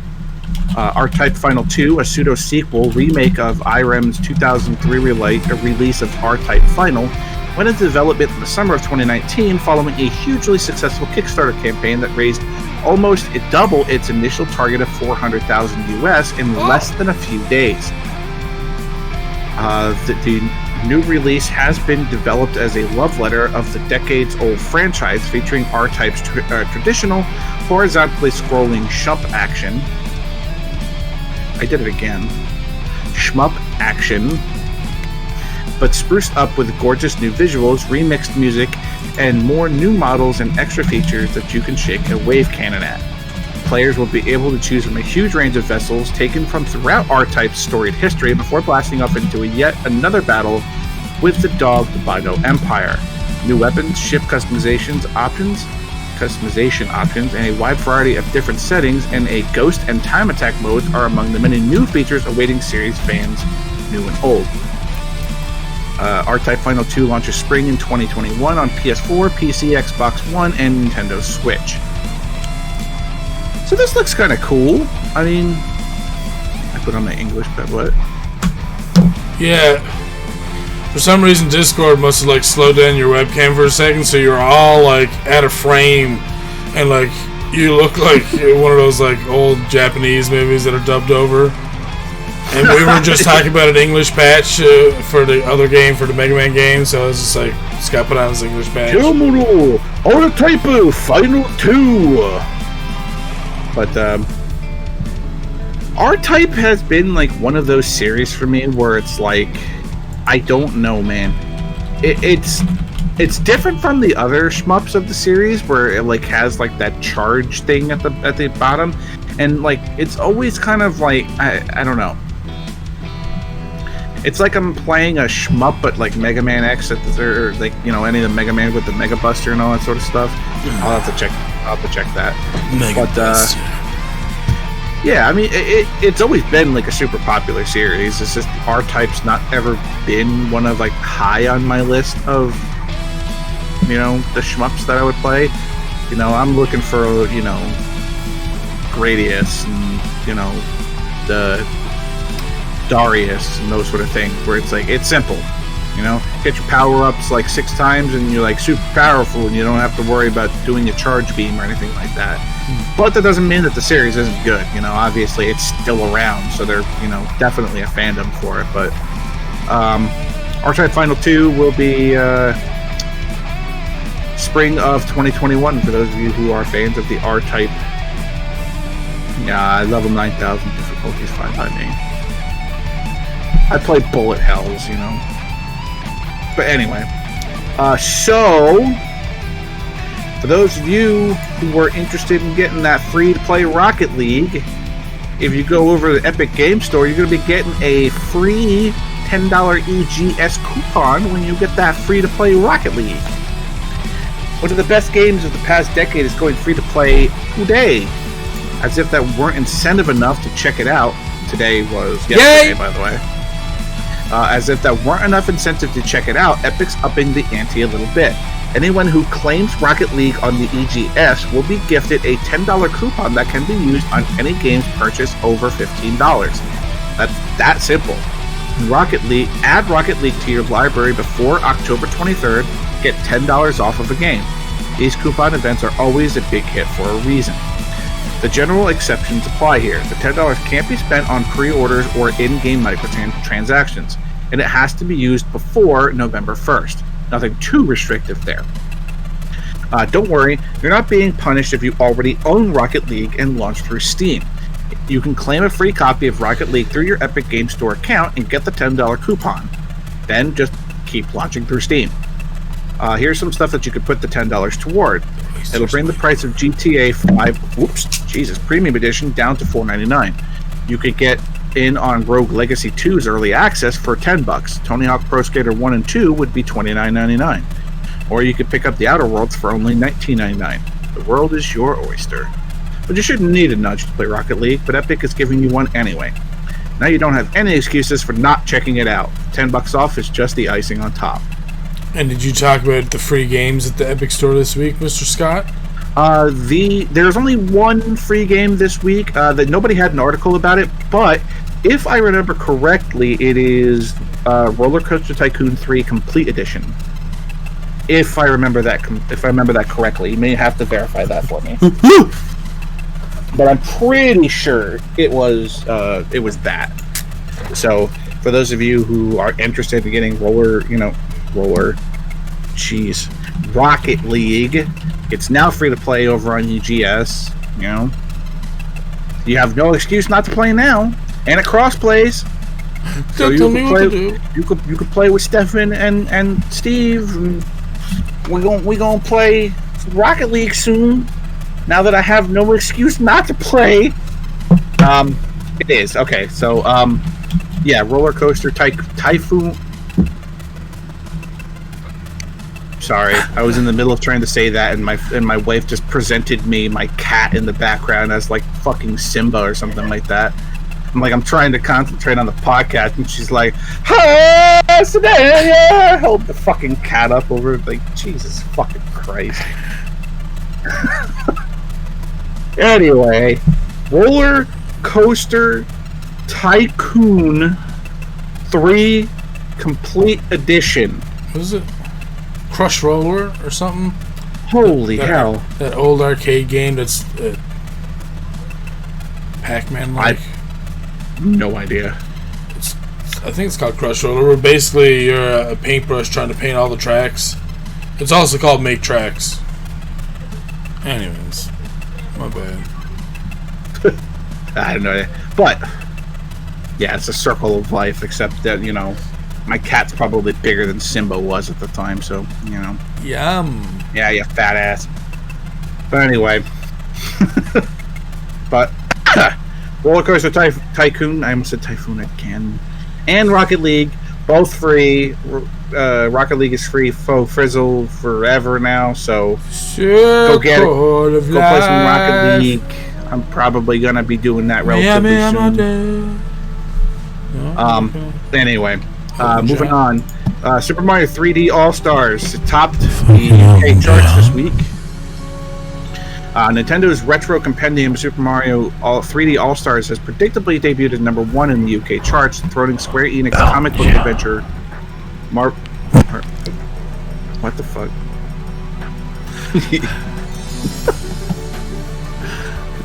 Who the fuck was I? Jesus Christ. Dethroning Square Enix comic book adventure Marvel Avengers as the latter two spent 2 weeks in the premier position. Super Mario 3D All-Stars, which it launched for Nintendo Switch on September 18th, features upscaled remasters of classic adventure Super Mario 64, Mario Sunshine, and Mario Galaxy. The trilogy has received praise from critics and fans for its timeless gameplay, but was chastised for its bare-bone content and time-limited release window. Elsewhere in the charts, 2K Games' mediocre brawler WWE 2K Battlegrounds debuted at number 6. Tellingly, it appears that media outlets were not given review code for the microtransaction-heavy WrestleFest. Also debuting at the top 10 this week is Konami's soccer title, eFootball PES 2021, just squeezing into the Premier League at number 9. So, it's funny to see that like Mario Kart 8 Deluxe and Animal Crossing New Horizons are still of the top sellers. Like, good lord. But, yeah, so, like, I've been playing through Mario 64, and I hate the fact that there are people who are, like, complaining the fact that there's, it's bare-bone content. No, you're getting the original game. Like, oh, sorry, we didn't give you, like, 17 new levels and 500 new stars and blah, blah. No, you got the actual fucking games. What are you complaining about? Anyone who grew up with the original Mario All-Stars, did we not get original Mario? There was nothing added to that. Mario 2, there was nothing added to that. Mario 3, there's nothing added to that. Yes, they give us lost levels, but we're also getting 3 long 3D Mario games that aren't just like, hey, look, we can speedrun this in 5 seconds.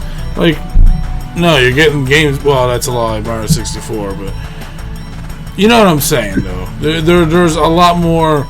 Like, honestly, I don't know about anybody else, but when you played Mario 64 the first time, did you just go off in the corner and be like, hey, I'm just gonna go and literally look at this bush, and we just be like, wow, I'm in a Mario world, just like literally walking around?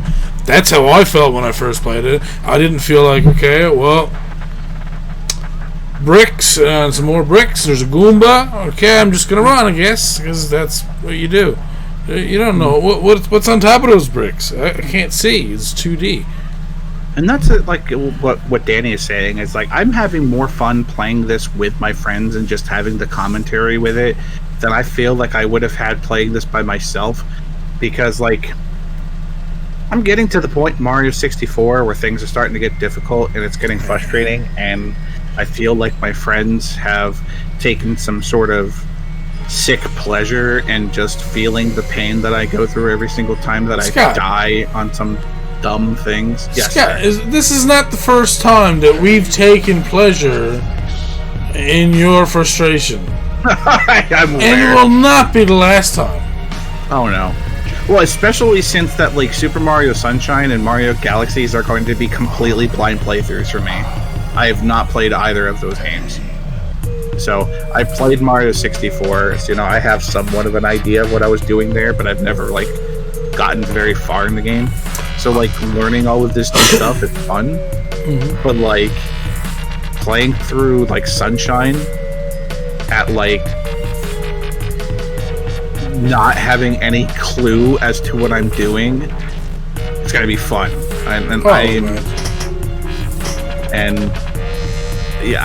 And Galaxy for me, like I can't wait to play Galaxy. I'm gonna play Sunshine first, obviously, but like this is gonna be fun. And like playing it alongside with my friends who kind of like know these games better than I do, who are kind of like like giving me helps and hints and stuff like that. It's like super appreciated. I totally appreciate it, and the fact that like so many people have come to watch these games because they're classics. We're not looking to like, hey, oh, he didn't get 500 new levels of this is the stuff I've already seen before. Oh, this is terrible. I already know. We know what we're getting into. We know what we got here. So what's the complaint about? I mean, like, come on, man.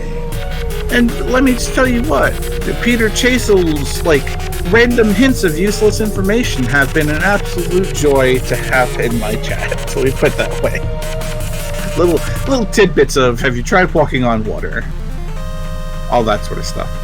Anyway, so if you haven't gotten yourself a copy of Super Mario 3D All Stars, I would suggest to do so because like I'm starting this Saturday. Yeah, all right. So we'll definitely be there for that. That's for damn sure. Anyway, final thing to talk about for SDK's news. I've gone long this week. I'm sorry, guys. I apologize for that. But Among Us is not getting a sequel. It's getting content. Among Us is a fiendish friendship-wrecking game about sussing out imposters in your crew. And while it's almost 2 years old, it recently snowballed to climb into the sales chart. I'm gonna stop doing that. I'm sorry. It's the #1 best-selling game on Steam right now, and it had a 360,000 peak concurrent players on PC today. It's a beast. The team behind Among Us has been planning a sequel, a way to escape the outdated code base and build fresh content, but in light of renewed interest in the game, there's been a change of plans. We've decided to cancel Among Us 2 and instead put all of our focus into improving Among Us 1, Innersloth said today in a blog post. All of the content we had planned for Among Us 2 will instead go into the first game. This is probably the more difficult choice because it means going deep into the core code of the game and reworking several parts of it. We have lots of hiccups. We have lots of things planned, and we're excited to bring new content to everyone as you can enjoy or continue to enjoy playing. The developer also outlined its newly pivoted plan, including colorblind support as friends account systems and a new stage themed after Henry Stickmin and solving the current server issues. Beyond those features, some of which will definitely take some time to implement, Innersloth says, there are lots of other things planned too. We just need to prioritize and organize all of our plans. They have their work cut out for them, but as a player perspective, this is fantastic news. This is great news, because instead of taking all of the time that we have in Among Us 1 and going, new game, now everybody has to go to this one, instead, we're going to be getting new stuff for the game that people are already playing. So, good on you guys, honestly. The thing that they really, really need to work on right now is the server issues. Because when I was playing with my brother's server, There were like 7 or 8 of us trying to play at the same time. We literally had to connect to an Asian server to be able to play. Because there were so many North American players playing at the same time, we could barely get a North American server. And not to mention, that made it so that the game was incredibly laggy. Like, it had like a 200 ping, but it was all we could do. It was the only way we could get a game off the ground. You know? So, and it took, Burb is saying, it took several games just to get some of the people to be able to even log in to begin with. So there are clear server issues, but I think this just stems from the fact that the game just like blew up overnight. Oh, you're being gross. Where it was like, you know, all of a sudden everybody's interested in this 2-year-old game. You know, I don't know why it hasn't come up before, because the game is super fun. The game is really fun. And stabbing your friends in the back and lying to them is also super fun. You know? So this is another game. This is another game that I feel that the OWG community needs to all have copies of, so that we can all get in on this, get mad at each other, and then have fun with it anyway. You want me to get mad at you? Okay. Well, the idea is about lying to people, and when you are an imposter, you have to lie and get people who are not imposters killed, and then the people who are getting blamed are not going to be happy with it because they're innocent. You know, so it's Monopoly mad. Yeah, I know, I'm aware, but this is another one of those games where we all need to play it. It's fun. Trust me. It's not that hard to pick up on. Once you've played a couple games, you'll know exactly what you're doing. So, super fun. We should all get to that. End of story. Anyway, so that'll do it for SDK's news portion of the podcast. Again, I apologize for going as long, as I usually don't go this long, but, you know, we had some important things to talk about this week. I apologize to your wife and anyone else. But anyway, as always at this portion of the podcast, I will pass the torch over to the one, the only, the fantastic, the completely unique, the completely unreplaceable, the other adjectives that I can't think of right now. I'm failing in this, but whatever. It's Stefan, the old world gamer. It's me. Oh, you know what time it is, Scott. You know what time it is. What time is it? You know what time it is, Scott. Scott, you go look at your watch. You know what time it is. I like how dim it is right here. Why does that pot light have to be so far away? And it's not even made of pot. And it doesn't look like it's in a pot. I don't know what to call them, pot lights. Whatever, man. Whatever. Best esteemed, though. You got no spiel this week, sir? No. You said best esteem, man. Fine. Alright, we're starting out with Songs of Six. Damn, you didn't even let me set up. Hey, you said, I already said it, so we're starting now. You ruined it. Damn it. You said no. Well, it was your fault. Don't say no! Next week, guys. I got you next week, don't worry. Songs of Six. Songs of Six is a fantasy city builder where you start off as an insignificant colony and build, scheme, and fight your way towards Metropolis and Empire. The mechanics are complex, and I'm going to pause that music, and true to life, where small events can spiral into the collapse of kingdoms. This is already out. Ooh, cool. It is $28.99. Jesus Christ Superstar. Early access city builder, colony sim strategy. I don't know about $29 though, boys, but I mean, we'll watch your trailer. Let's watch it, Scott. Oh shit. Oh.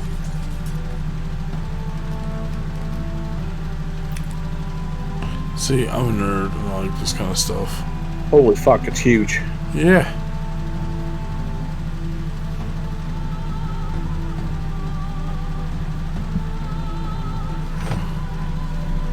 Holy fuck, man. Mm-hmm.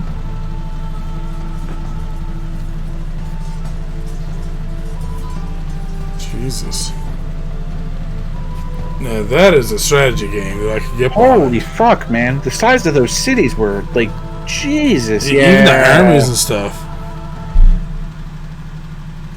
Wow. That is I'm actually adding that to my massive. wish list. Okay, so it looks better than I thought it was going to be. Yeah, I mean, damn, look at the size of those fucking cities. Like, holy fuck, how do you keep track of everything? That's a good question. You probably make districts and go from there. Yeah, maybe. I'm like, geez, those are huge. I mean, look at the second screenshot. Look how big that fucking city is, dude. Mm-hmm. Yeah, they have it all into different, like, residential. Damn. That must be commercial, all these blue ones. Residential, all your reds. Industrials, the yellow. That's Sim City. That looks like it's a seaport right there. It could be. Oh, there's your stadium.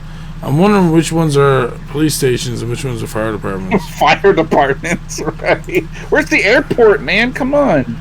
I don't have the money for that yet, man. Jesus, don't go jumping the gun. What's wrong with you? And that's a lot of roads, man. You gotta get a railroad system in there. You know, you can't just have it nothing but roads, man. That's traffic. You know how many people we're not complain making about money, traffic? Scott. Sometimes you let them deteriorate. Let them run over fucking gravel. It's just gravel. It's not going to kill you. Gotta have potholes. It's like, gotta have that established rail system, man. It's just gravel. It's not going to even hurt your tires. Just, I know. Anyways, no, it doesn't look like a bet. Like, I know neither one of us are really into strategy games all that much, but I actually might enjoy playing. This might be fun to be one of those games where you literally just like build and that's it, and not even give a shit about the whole fighting. That's the kind of thing I would end up probably doing, but yeah, these cities just look absolutely huge. And those battles, oh my god, how many fucking dudes were in those battles? Like, holy shit. You could probably do reenactments from like movies and shit if you wanted to. I wonder if you could make like your own map. Oh, okay, so this has actually a lot more potential than what I first originally thought. Yeah, it does have some potential, yeah. So, look at those main features. Oh, I can't look at those main features. I'll get... Alright, next game.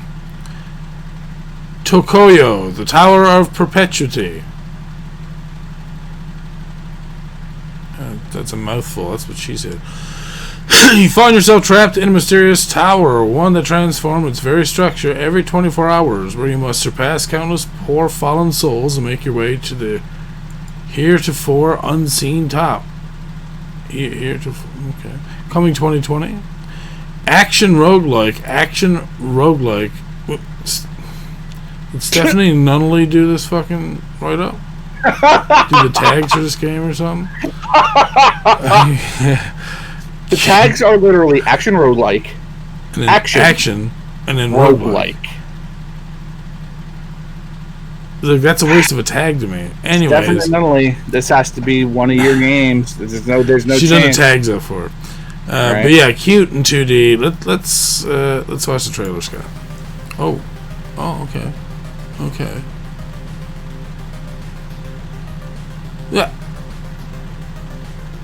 Yeah, that's what I'm saying. I want to see what else is going. Whoa, okay. Those donut blocks. Shit. Alright. And I like the soundtrack. The gameplay actually looks very fun, and the concept of you're constantly going up further in a tower is kind of fun too, especially if this is a roguelike that does, I hope it has like randomly generated like tower rooms and stuff as you climb. Alright. Because if it's the same thing every time, that's a little boring.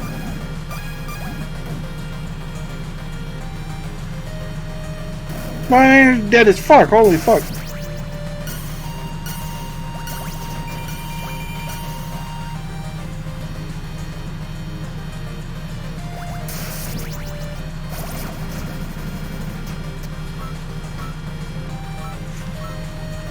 It almost says like a bullet. Oh yeah, it definitely does. It has definitely like a bullet hell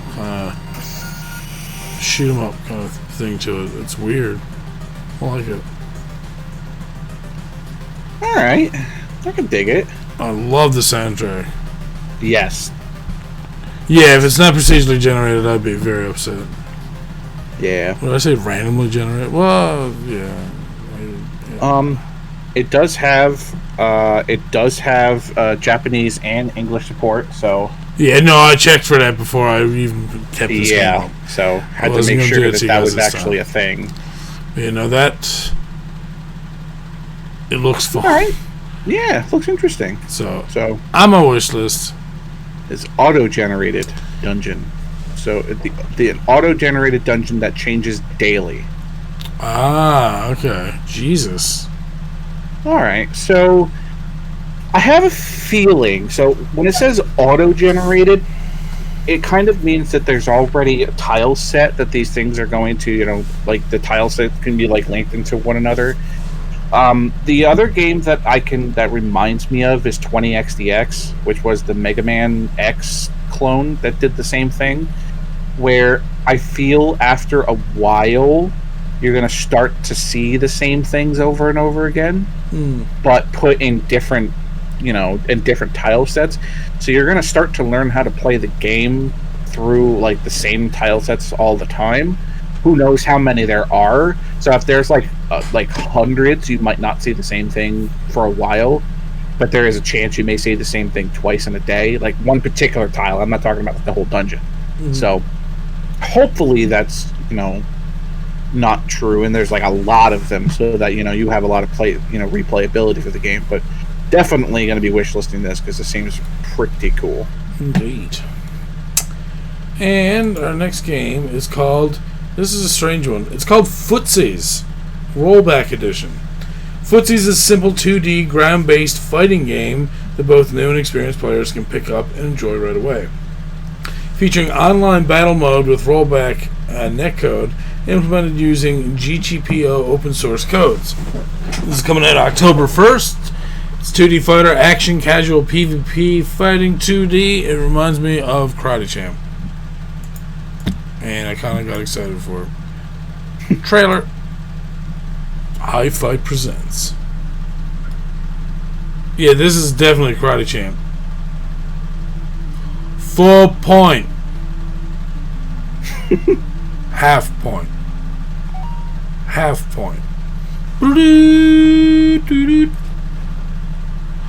See, my go-to is always to flip over the back and then do a spinning back kick to the back of the head.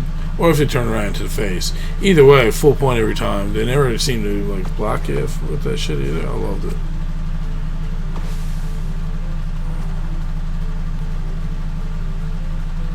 Alright, I like this. I told you, it's simple, but it's fun. Ooh, new color palettes. I'm a nerd for that shit. Especially when it's these simple games. Sure. Okay, no, that's cheating. He has a bandana and Super Brothers. So, for those of you who are not familiar with what the term Footsies is that it's a fighting game term that refers to mid-range control of a fight by basically throwing out buttons to control what your opponent is doing at like the mid-range or close range of a fight. So Footsies it's about being able to like this particular game it is basically the entire concept of this game is playing Footsies. So I think I just lost everybody. Yeah, you hiccuped there for a second. Oh, okay. I saw that Discord just did a thing because I'm getting like 60 messages. Anyway, so it's tricking you. It's basically poking at your opponent and having them do something that's not safe so that you can poke back at them and do damage, through that. So the entirety of this game is teaching you things about fighting games, like specifically the Footsies of a fighting game, and teaching you how to do things properly. Like during that particular the trailer, it was showing you frame data, and it was showing you exactly like +3.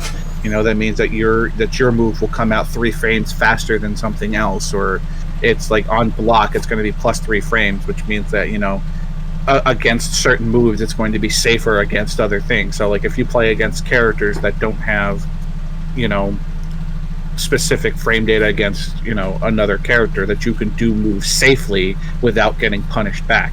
So they're showing you, like they had like a spammer who would just like hit buttons and hit buttons and hit buttons and hit buttons and hit buttons. The idea about beating somebody like that is learning how to play proper footsies against a particular person and learning how to punish somebody like that, because you can't just throw out moves, you know, and expect not to learning get how to play fighting games with Scott Devin Kane. Part 6. Yeah, I mean, but the thing is, that's what this exact game is about. It's about learning how to properly punish people who do things. And this is a great idea. This is a great concept. You know, you get to learn how to, you know, just properly play footsies. Hey, so, honestly, I prefer just to have my buttons just, you know, slightly boiled. I don't like to have them mashed. Thank you. Just putting that out there. I know, to each their own. You know, some people like their buttons mashed. I like mine just as is, just slightly boiled. That's all. But if you're somebody who's looking to get more serious into fighting games, this is a really cool concept of learning how to get better, learning how to do footsies at mid to close range, and learning how to properly punish people who are going to do specific things, you know, all that good stuff. So again, great for people who are learning fighting games. So definitely going on my wish list, because I definitely want to get better at fighting games. So got that going for you. Our next game is called Guild of Darksteel. It's a story-driven adventure game set in a rich, dark fantasy world. As the immortal Sellsword, you must unearth an evil plot brewing beneath the city of Ravenrock. It's coming soon. It's swordplay, action RPG, gothic, side-scroll. Trailer time? Okay. Yeah, there is a demo available too. So that armor forged from Darksteel is to carry the burden of eternal life, forever bound by chains of Darksteel. Oh, I can't read the rest. Oh shit! Oh shit! It's Newgrounds. Is it? This is Prince of Persia 2.0.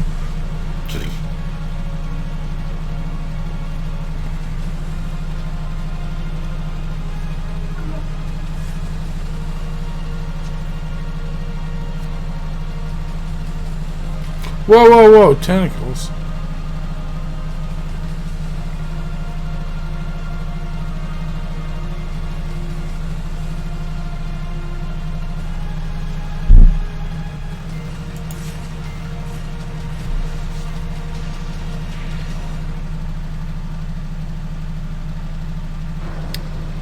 Oh shit, there's the tentacle monster. I don't like it. So, anybody else feel that was kind of like Prince of Persia? Yeah, I said that. Prince of Persia 2.0. Oh, did you? Yeah, I couldn't hear through the music. That's your fault. Yeah. Oh, at least you owned up to it. That's good. Yeah, it's alright. Looks decent. Looks decent. I added that to my list as well. I'd like to see a little bit more of the sword play, because it was not what I was expecting in regards to sword play. Alright, our next game is called Jack Move. It's an RPG featuring gritty cyberpunk storytelling, turn-based battles, and beautiful modern pixel art. Taking the role of Noah, a vigilante hacker who is thrust into a world of murder, kidnapping, and dark research after her father goes missing. Okay. Ooh, Q1 2021. Sci-fi JRPG cyberpunk pixel graphics RPG trailer. Oh shit. It's turning off fast.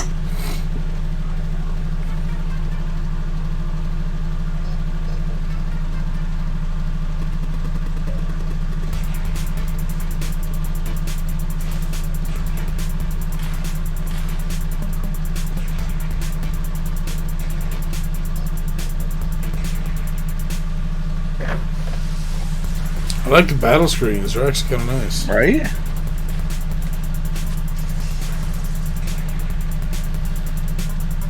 And it's usually for most JRPGs, you have like party members. This looks to be a one-person thing. Right. So that's feels a little bit more. Am I wrong in saying that? Like, can you think of other JRPGs that have only one person? Not really.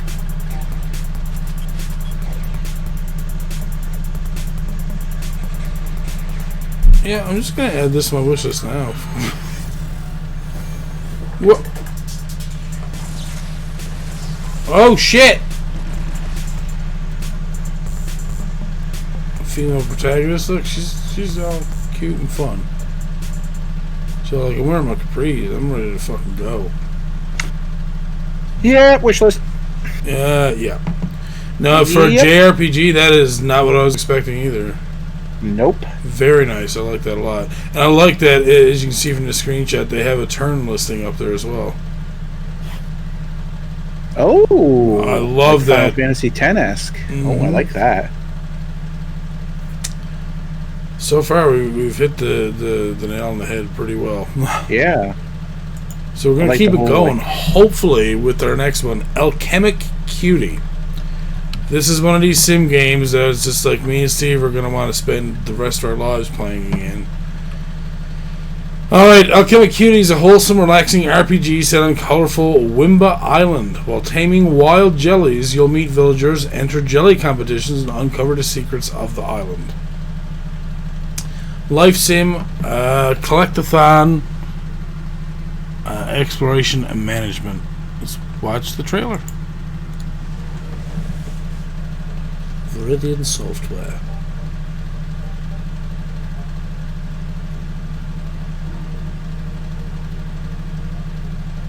Well, it moves faster than I expected it to, actually.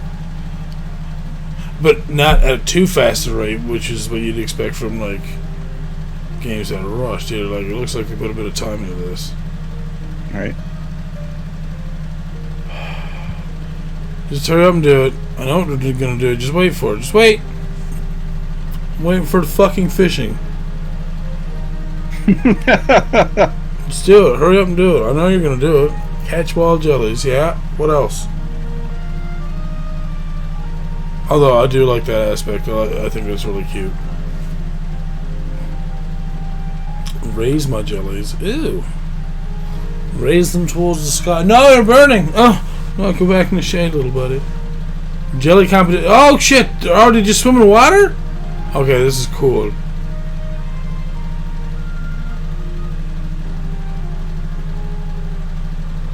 Wait, she just killed a bunch of jellies and got shit? Well, got stuff?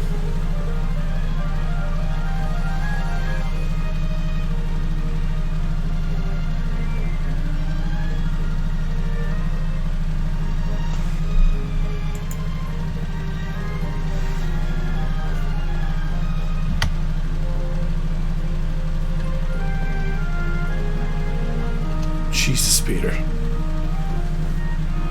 Yeah, sometimes you need a bottle of vodka first thing in the morning. Oh, okay.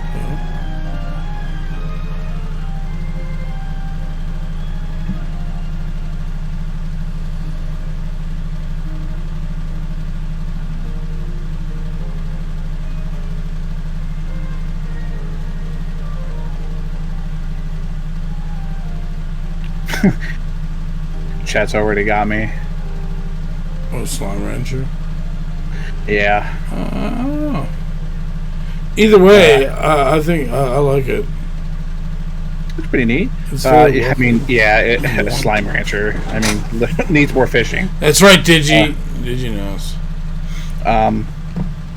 Yeah, I mean, geez, this is, you know, kind of a Stardew Valley Slime Rancher child into one here, and Slime Rancher was pretty popular. It was pretty well received, so hopefully this will have like the same popularity. Looks pretty neat. Of course, Game Hunter wants the slimes to kill each other.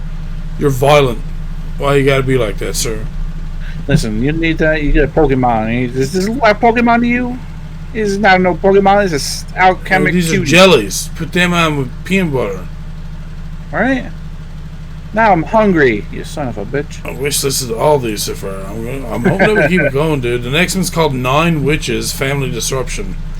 When an occult German World War II division releases an ancient curse upon the world, a supernatural problem is going to require a supernatural solution. Take control of 2 playable heroes as they embark on a comedic alternate history adventure with a truly original story. This is Pixel Graphics Adventure Point and Click Indie trailer. Oh, it's that fish. Below fish.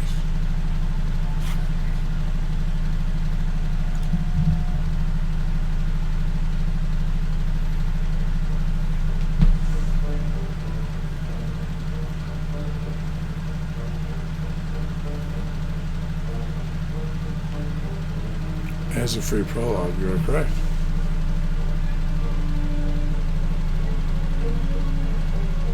I like the graphics.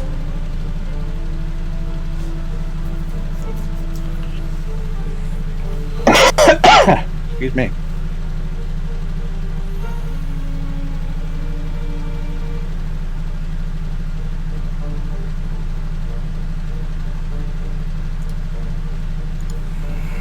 What the shit?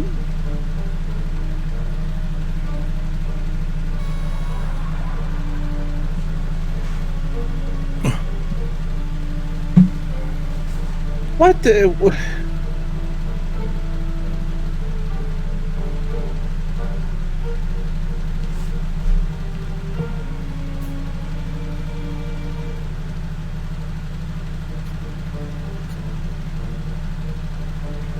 Fuck's going on in this game, Stephen? What? The fuck is going on? Kiss my ass! How long is this? 3 minutes? I think I've seen enough to know what this game is like so far. Right? I I'm trying to skip ahead here just to see. It's like it's trying to give us. See, this is like what movies do nowadays. Let's get all the good parts in the trailer, and then when you go to watch it, you're like, oh no, sorry, comedy movies. That's what it is. Comedy movies. They're all like, hey, this is a new comedy movie, and they're all like, oh, cool, let's watch the trailer, and you watch it, and you're like, oh, all that stuff was funny. Then you go to watch the movie, and you're like, oh, all the stuff that was funny was in the trailer. Never mind. It's like what these guys are doing. It's like, let's just give them everything that's going to happen. Like, no. Spoiler alert. Shit. Love the graphics. Not something I think I would play. I'm not sure how Steve feels about it, considering he's the point and clicky person around here. Steve, you still here? Point and clicky person? Yeah, I don't know. I'm just It's alright. It doesn't look terrible. Like you said, I love the graphics. Like I'd definitely watch someone play this so I could see what every single screen's what's going on. like. Yeah. But I don't know. I couldn't get into the gameplay personally. Yeah. So I ended the streak. It's okay. Next, we have Neon Fusion. Venture out on a machine-packed rescue mission in a 2D platform game, action, shooting, and lots of neon. Action adventure, 2D platformer, 2D. Is there a trailer? There's no trailer. No trailer. But as you can see, it doesn't look terrible. It almost looks Mega Man-like. Right? Some Mega Man, some Metroid, maybe. Yeah, that's what I was hoping for. Is like if they make this a Metroidvania type thing along with a Mega Man type thing, like I'm down with that. It's alright. So I'm not gonna add to my wish list just yet. It's supposed to come out tomorrow.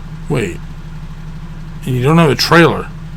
I see October 8th. Release date 25th September 2020. That's weird. Your screen and my screen have two separate releases. Oh, they changed it. It was tomorrow as of earlier today, and they must have changed it. Okay. There it goes. That's weird. Right. That is strange, yeah. Maybe he needed an extra week or so. Yeah. Alright, well, not too much to say. It looks interesting. I like the bright colors with the dark. It's always works well for me. I like that. We only have 2 more games left. I actually brought you guys 10 games this week. The next one is the Enigma of Salazar House. Another point and click, Mr. Steve. Anytime I hear German, I call it one. Yeah, I know the World War II thing is something that's a little bit overdone now.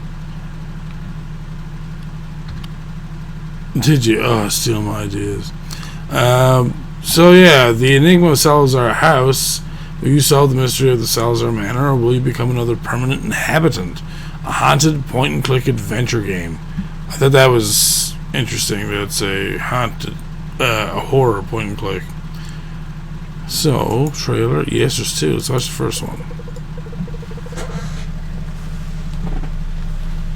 Oh, they even have a heart monitor for you?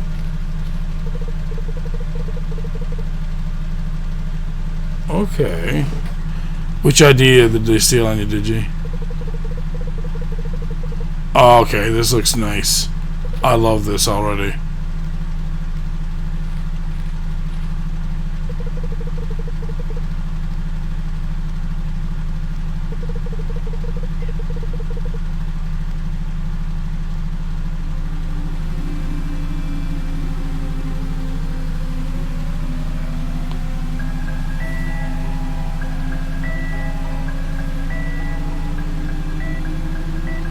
Holy shit. Oh god. Oh my god, okay.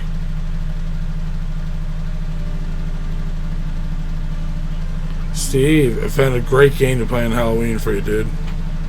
Seriously, that would be... I'd watch you.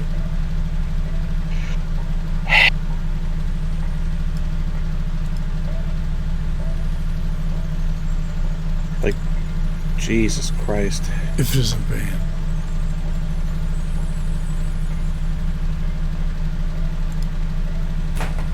Yeah, okay. Oh, the second trailer's already kicked in? Okay, I'm gonna pause that. I don't need any more bullshit. I say bullshit because I'm not a fan of horror. Yeah, that. But I will say it looks good. I don't want to favorite or wish list it because someone will end up getting it for me and making me play it, and I'm not doing it. Nope. Alright, so other than that, it does look like it's a good game. Love the graphics as well. Like, all those very well done screens. It kind of remind me of, well, Shadowgate, obviously, but, yeah. Sanctuary RPG, just like the way they had the pictures done. It was just, I don't know. They put a lot of attention to it, it seems. The last game we have is called Dunrog. Dunrog is a first-person dungeon crawler with almost infinite number of randomly generated locations, full of treasures and dangers. Players have to fight their way through dungeons, jungles, infernal abyss, and much more. Play with your friends online and find out how to retrieve your soul. It's coming out October 1st. This is an action roguelike RPG, indie action roguelike. It looks voxel, more so than pixely, but yeah, first video.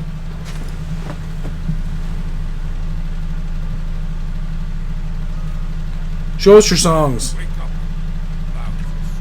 It's like you come again. Look at my creation. The first part of my plan is finished. The order was active still. Soon, the whole universe will serve you. But I trapped the soul. How we remember the low generator.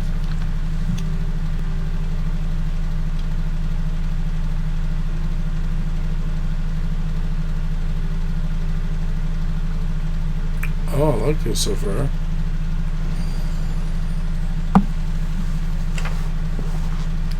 Strange that it's voxel, but...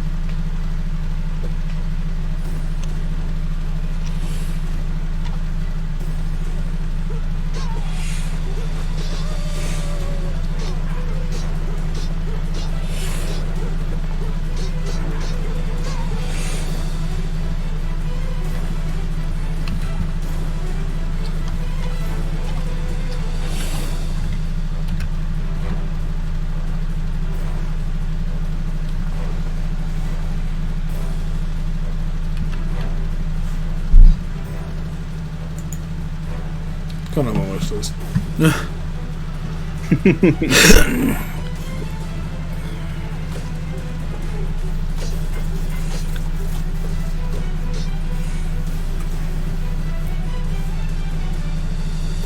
Yeah, no, I like dungeon crawlers, but this is kind of one that looks like it could be like a longer going one. And I like that there's online stuff apparently.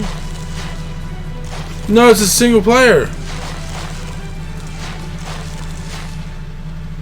Play with your friends online to find out how to retrieve your soul. Single player. What?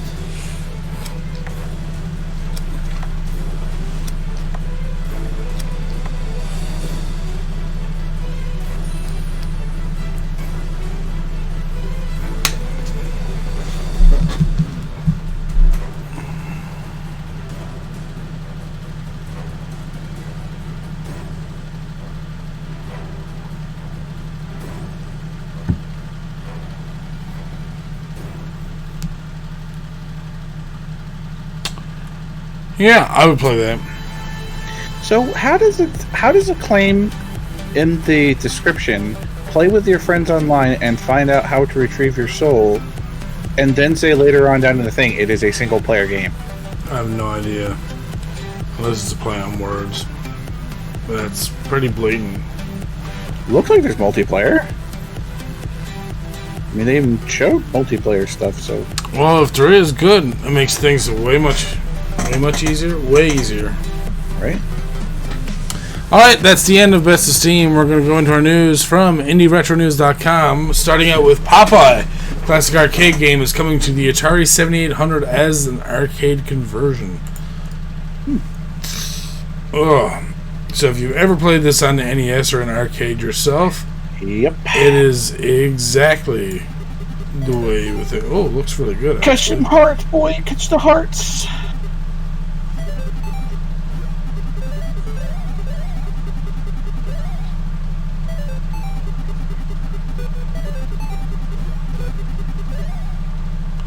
Oh, you shouldn't have touched them, dude.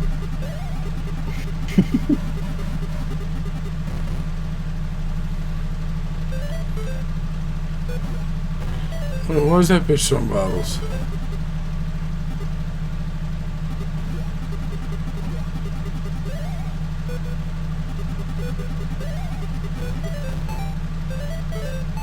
Whoa!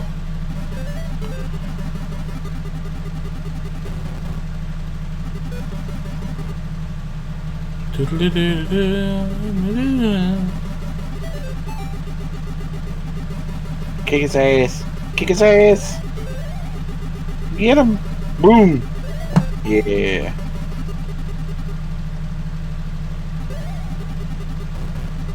Oh, got the basket on his head. Nice.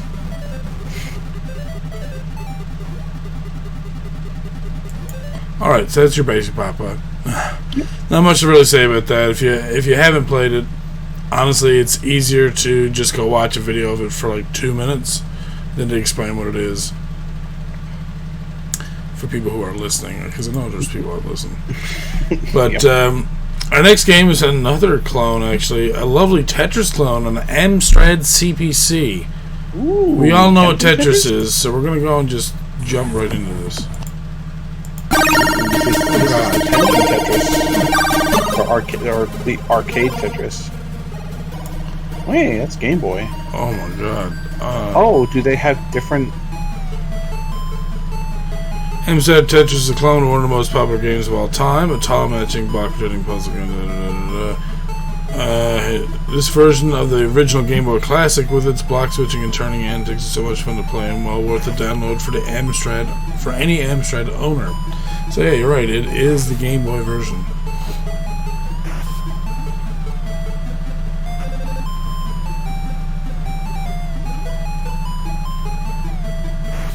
Oh, good old Tetris. Okay, that's the Game Boy Tetris. It's very chip-tuning music. Oh, why would you stack there? Oh, God. Oh, this guy's stacking makes me want to die. Oh, God. That's alright, we're exiting. The next game we have is called Big Quest, coming to the C64, and apparently it looks awesome. So I can actually tell you guys about this one. This is an action platformer by Antonio Savona, Morciet, Aldo, Chiumo, and Gaetano Chiumo. I butchered your names. I do apologize. We're going to start this off.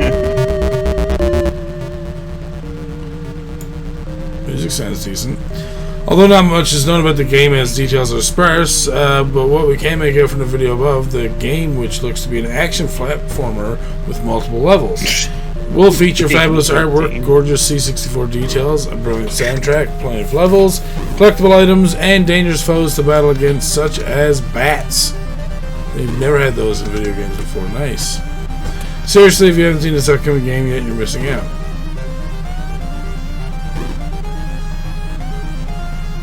Said Piggy 18. Oh God.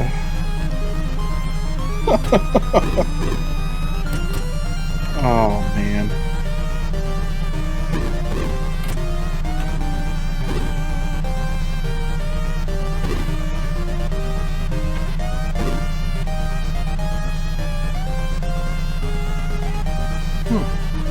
It doesn't actually look too bad. I like it so far. Oops. This. I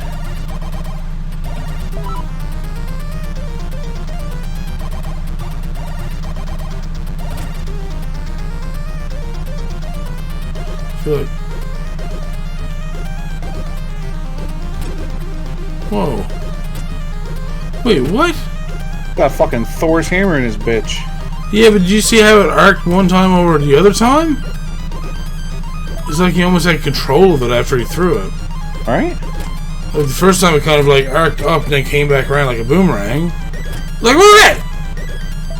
And then there was other times that he threw it and or the other time he threw it looked like... Yeah, look, see that? That was bullshit.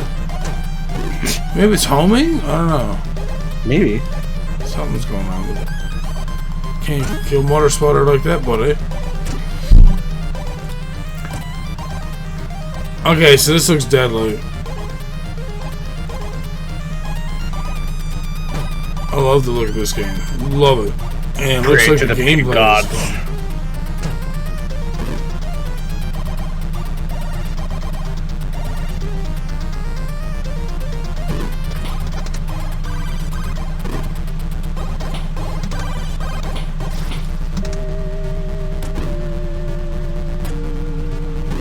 Can't believe I'm almost like we're 2.5 minutes in. Okay. Holy jumps. Well, that was actually kind of nice. Yeah, it wasn't terrible. The soundtrack was really good, and the gameplay was really good. Like some of these C64 games play as good or better than Nintendo games, dude. Right. Indie Retro News is giving us a game called Green Thang. Unreleased action platformer sees the light of day for the Amiga. Now this reminds me of like DOS to Windows 3.1 gameplay, and I'm just gonna be like, bleh, because those bright primary colors are just so gross.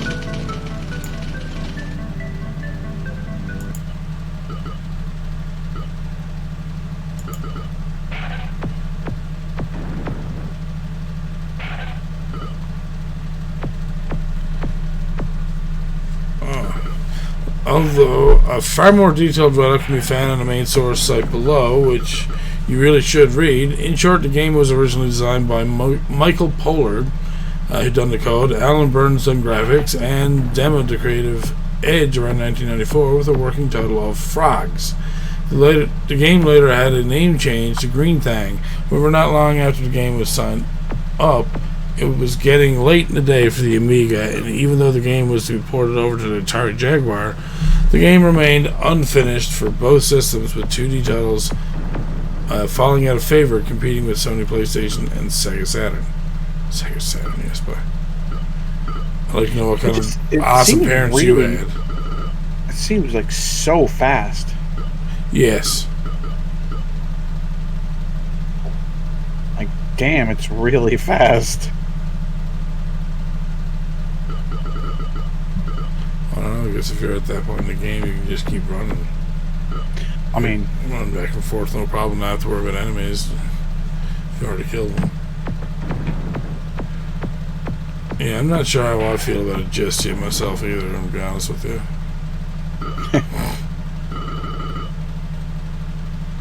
I'm talking about Sonic Claw.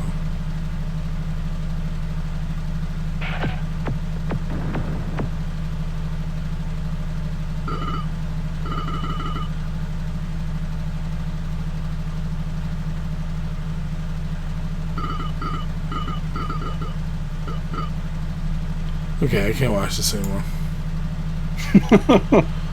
Oh, yeah, no, it's not something I think I would play personally because it's one of those like the yellows and like the pink and stuff is just so like hard on the eyes. Yeah. Yeah, and there is no background music. You're right, DG. That's another disappointing part, considering how much I love the music. Alright, up next, we have a game called Funfair Inc. Bullfrog theme park inspiration coming to the C64. I have no idea what a Bullfrog theme park inspiration is, but... oh, there's not much about it. So, if, like me, you love playing... if you like playing the classic Bullfrog title released on multi-systems back in the 90s, game featuring all the puking, building, and ride creation you would ever want, we'll be pleased to learn you'll be able to play a theme park management sim on your C64 as of December 2020. Although it's still a work in progress, State and Arlosoft are hoping to release the game with a physical version on the line. The game will feature 32 rides and animal attractions, 20 shops and gaming stalls, 16 features and toilet facilities, staff management, stock level management, loans, research, difficulty levels, and much more to make this one of the most eagerly awaited C64 sims of 2020. Jesus, trying to spit that out a dozen times. Holy jump. I haven't played much of the roller coaster games, but wouldn't you just play Roller Coaster Tycoon? I mean, I suppose you could. I mean, this is going to obviously be a free game to probably play on the C64, so there's that as well. I mean, true. I mean... well, I say free, but they're also looking to release a physical version, so... I'm also saying Roller Coaster Tycoon 3 Complete Edition is free for the next week. But just saying. It's true. Our last article from Indie Retro News. Atac, Ultimate Play the Game Classic on the Amstrad, gets a new beta video. And we've talked about that quite a bunch. Atac is like Melchior's Mansion, or Melchior's Mansion is like Atac. And it's also a lot like Solstice for the NES, if you've ever played that. So it does have these really cool, like, ZX Spectrum kind of colors. I'm pretty sure this is... yeah, it's getting ported to the Amstrad, so it probably wasn't the ZX Spectrum before, yeah. So I'm looking forward to seeing what this is going to be like.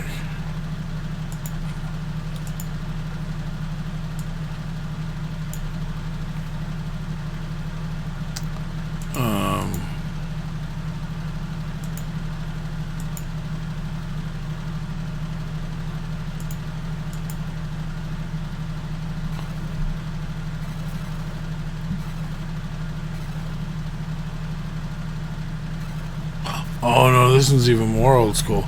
So I think it's Melchior's Mansion that was more like Solstice, my bad. This is actually more like a... honestly, Legend of Zelda type of thing, because the way that it's set up with like the doors and like the... you know what I mean? Yeah. No, I'm not saying... when I say that, it's because of that style of the original Legend of Zelda game. Not because you have a sword, not because you're throwing your sword. But the whole fact of how the dungeons are laid out with like doors going, you know. Yeah. Which is not a bad thing. This actually still looks like a lot of fun. And as far as I know, Atac was a very well received game over in the UK for the ZX Spectrum. Kind of wish there was more background music, but maybe that would limit the Amstrad as well. Alright, and now I'm going to move into my news from Destructoid. Starting with retro-style adventure Cathedral is coming to Switch in 2020. Now, we've covered Cathedral so many times on the podcast already. I don't mind doing it again. Because it's a good game. I have this game as well. And it does look like a classic NES type game. Like, I'm looking forward to playing this at some point.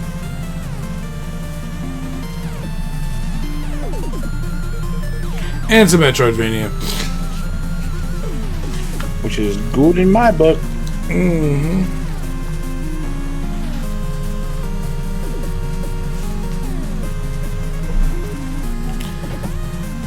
So yeah, it's like this Metroidvania platformer type game for those who are listening at home. We've talked about it several times before. It's got a very good soundtrack. It's got very vibrant and bright colors.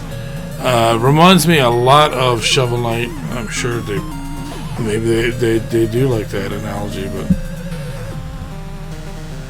either way, this looks good. I would definitely head on over to Steam and at least favorite or wishlist it if you can. But this is the version for Switch that we're talking about now too, so.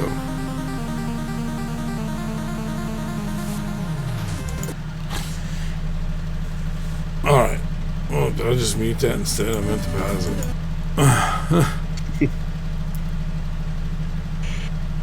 So yeah, I just want to do a brief mention of that. I'm finding it super warm here. Holy crap. Next, Nintendo download Kirby Fighters 2. You can now buy Kirby Fighters 2 on Switch alongside of Going Under and Bracelet. Nintendo also reminds us that Rocket League is now free to play. Two first-party games in 2 weeks. It's like Christmas in September. I also have to take this opportunity to remind people that the 3DS is officially dead, while they're sparing releases for it by very small studios, sometimes once a month. It seems like that infrequent trend will become even more infrequent. Long live the 3DS. And then they just show us a bunch of other games available, I would assume, on the Nintendo download. Yeah, so I've actually checked out the trailer for Kirby Fighters 2. Mm-hmm. Looks interesting. It's kind of like Kirby Smash Brothers, sort of. Okay. Like, it's neat. I think that there could be some powers that could be like super abused, and corner abuse could be like super bad. But I mean, maybe there are mechanics to it that I haven't seen. So it looks pretty neat. I mean, there are some strange choices on the powers that they decided to go with, but like, all right. And they also said like, oh, there's a whole new power called Wrestler, and I'm like, that was in Kirby Superstar. Yeah. Oh. Well, I don't think it's called Wrestler, but I know what you mean. It was the Kung Fu. I believe it was called Suplex. Okay.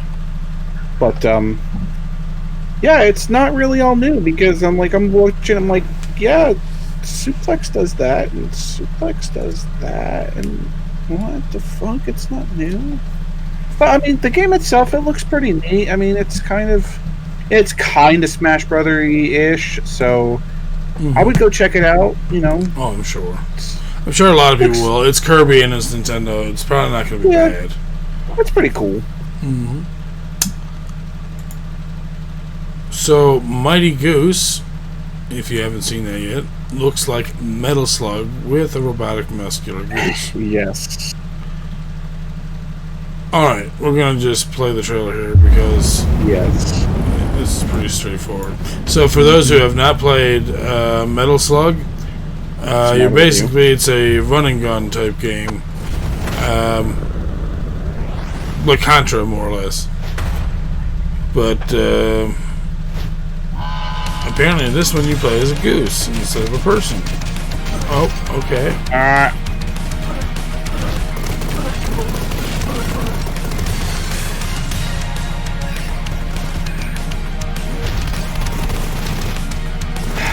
Boy, Burp, if there was ever a game specifically made for you, man, I'm telling you. This game is made for you, my dude. I think a Burb's a fan of Metal Slug. Oh, well. He's on our server, he's birdologist. Oh, I know. But I put two and two together. he's the bird. So yeah, I mean, Jesus Christ, this looks awesome. And you play as Goose. So it's like, you have 100% excuse to be an asshole. What the fuck? Why is his head on fire? What in the hell? Oh my god. Gain the collective power of Canada plus a mech. Hey,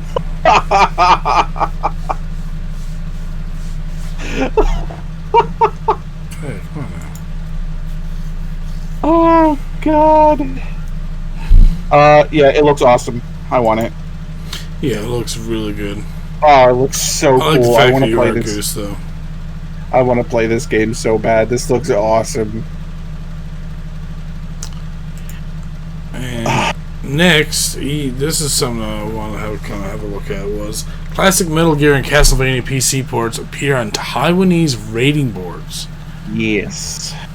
So, masterful spoiler of video game announcement, the Taiwan Digital Game Rating Committee is in full effect once again, offering up listings for a host of classic Konami titles, all of which have received fresh ratings for release on the PC platform. Among the slew of new ratings are a trio of classic Metal Gear titles. 98's Metal Gear Solid has been re-rated, as has its enhanced 2002 sequel Metal Gear Solid 2 Substance. Also recipient of a new rating is the original Metal Gear, which first launched on the MSX2 way back in 1987. Launched on the MSX2. Not the NES. No, it was not. Another listing suggests that a re-release of Konami Collector's Series is in the works, originally available on PC back in 2002. This CD-ROM compiled the NES editions of Castlevania, Castlevania 2 Summons Quest, and Castlevania 3 Dracula's Curse, as well as arcade ports of Running Run Classics, Contra, and Super Contra. Yep. I'm just going to say, if they had put those games all on like a single SNES cart, that would have sold so much. Oh, yeah. Even just the first three, or the last. Mm-hmm. This latter rating is particularly bizarre, given that all the above games are already available on PC via the far superior Contra and Castlevania Anniversary collections. We'll keep you updated once official word of any of the above titles is forthcoming. I mean, Metal Gear Solid 2 Substance getting a re-release, I see that. Strange that they would bundle the OG Metal Gear in with that? That seems really odd. I don't know, maybe we're just trying to get it. I mean, and especially since like you would have the original. If you were gonna go with like Metal Gear Solid 2 and then Metal Gear, like why not just throw Snake's Revenge in there too? Like, I mean, just what? What? What? I heard you're like, oh, Scott. Oh no, I was rubbing my eyes. Actually, I'm trying to keep myself awake because all of a sudden I've gotten super warm and super tired. So I'm just like, stay the fuck awake. Don't fucking fall asleep on the podcast, idiot. Middle of the podcast, you know. I hear Don't you. worry, Scott. We still love you. I know. I am. But I thought I'm rubbing your hair, but it's really the mic. But I'm slowly rubbing your hair. I got a haircut today. The back of my neck is so itchy. It's like I'm sitting here like people are gonna think I have fleas or something like that. But I got a haircut today, so it's like everything's like super itchy. So Go get a shawl, Scott. anyway, yeah, why not like Snake's Revenge in on that too? Just I think it would be. Well, no, I don't know. Maybe they might do like that if they do decide to re-release like Metal Gear Solid 3 and 4, maybe they'll throw Snake's Revenge in on that. Maybe, I don't know. Yeah, possibly. I don't know. To me, it just I don't know. It seems I mean, it's nice and all, but like, it's just weird that like, why would you re-release like the NES games kind of thing? Yeah, that's what I it's find super strange. But again, it's not like they're terrible titles, so.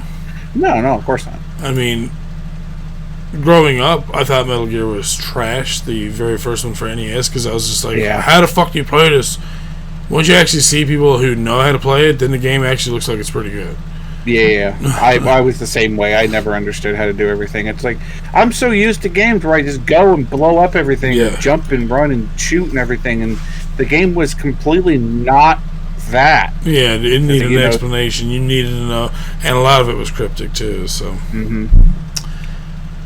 But anywho, anyone looking for some free games, Chips Challenge is free right now on Steam. Boy, what a fucking nostalgia trip. There's Chips Challenge right there. If you guys have not played that before, that's OG. My DOS God, game. the nostalgia that brings back.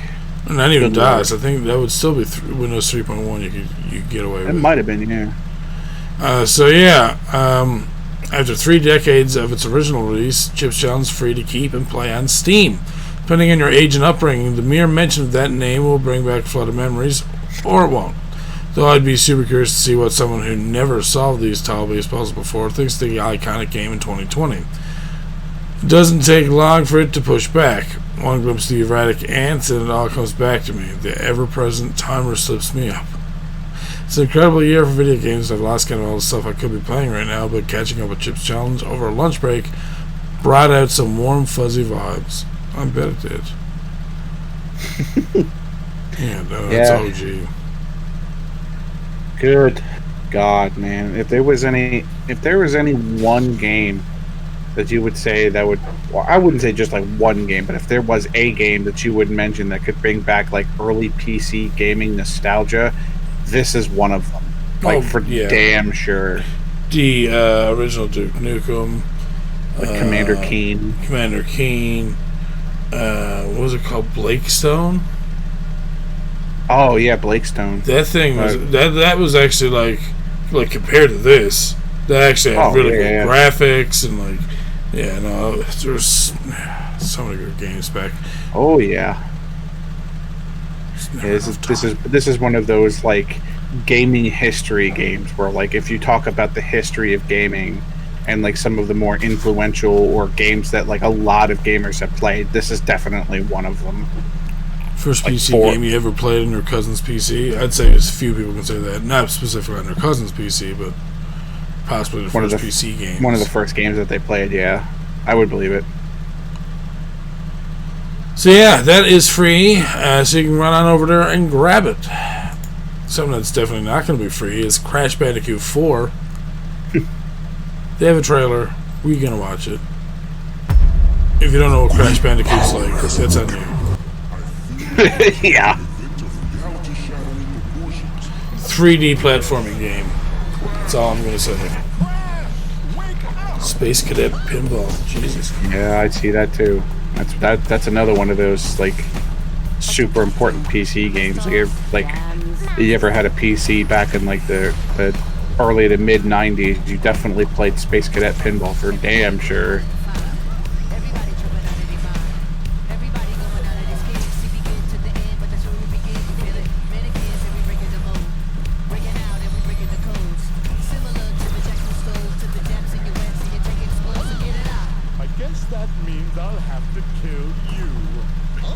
This is definitely a different Crash game. Oh yeah. It looks good though. Yeah, it does.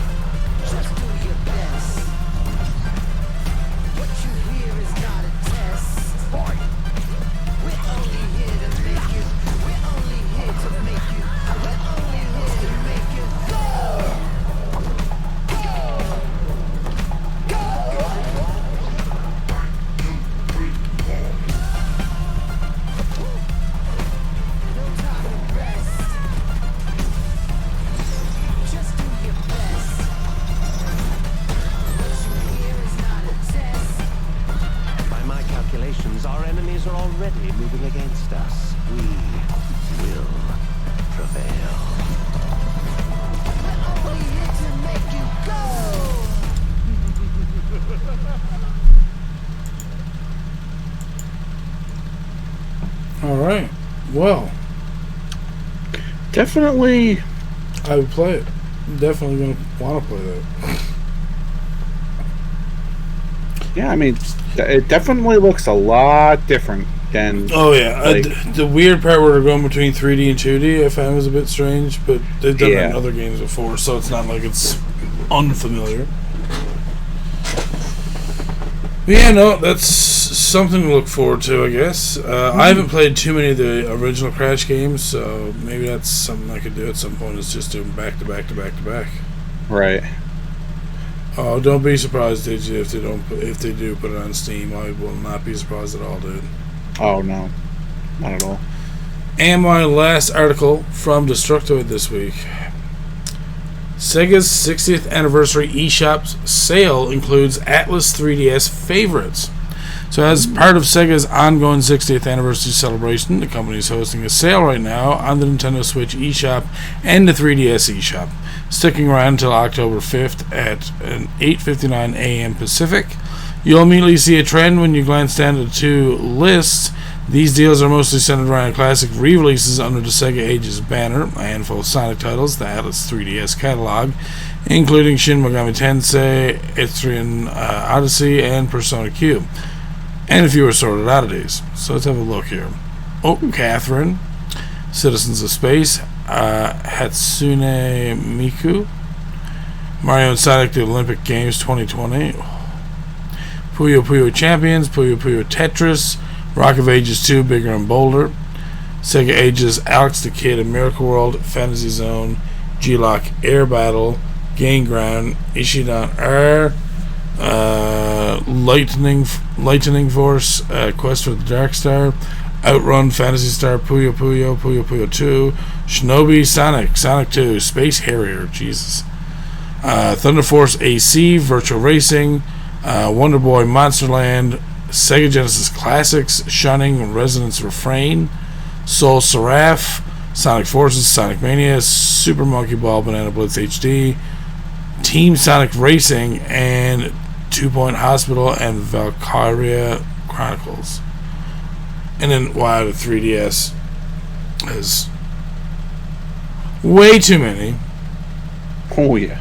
On top of it. But yeah, they are doing a lot of these, like, well, let's skip all the 3D, like Afterburner, Ego the Dolphin, Fantasy Zone, Seventh Dragon 3, Conception 2, Etrian Odyssey 2, Etrian Odyssey 4, Etrian Odyssey Nexus, Etrian Odyssey Untold, Etrian Odyssey 5, Persona Cube, Persona Q2, Hatsune Miku, Radiant Historia, Rhythm and Thief, Sega 3D Classics Collection, which I guess is all the 3D games, Shin Megami Tensei 4, Shin Megami Tensei 4 Apocalypse, Shin Megami Tensei Demon Summoner 2, and Overclocked, Shin Megami Tensei Strange Journey Redux, Sonic Boom, Shadow Crystal, Sonic Boom Fire and Ice, Sonic Generations, Sonic Lost World, Stella Glow, The Alliance Alive, and The Legend of Legacy.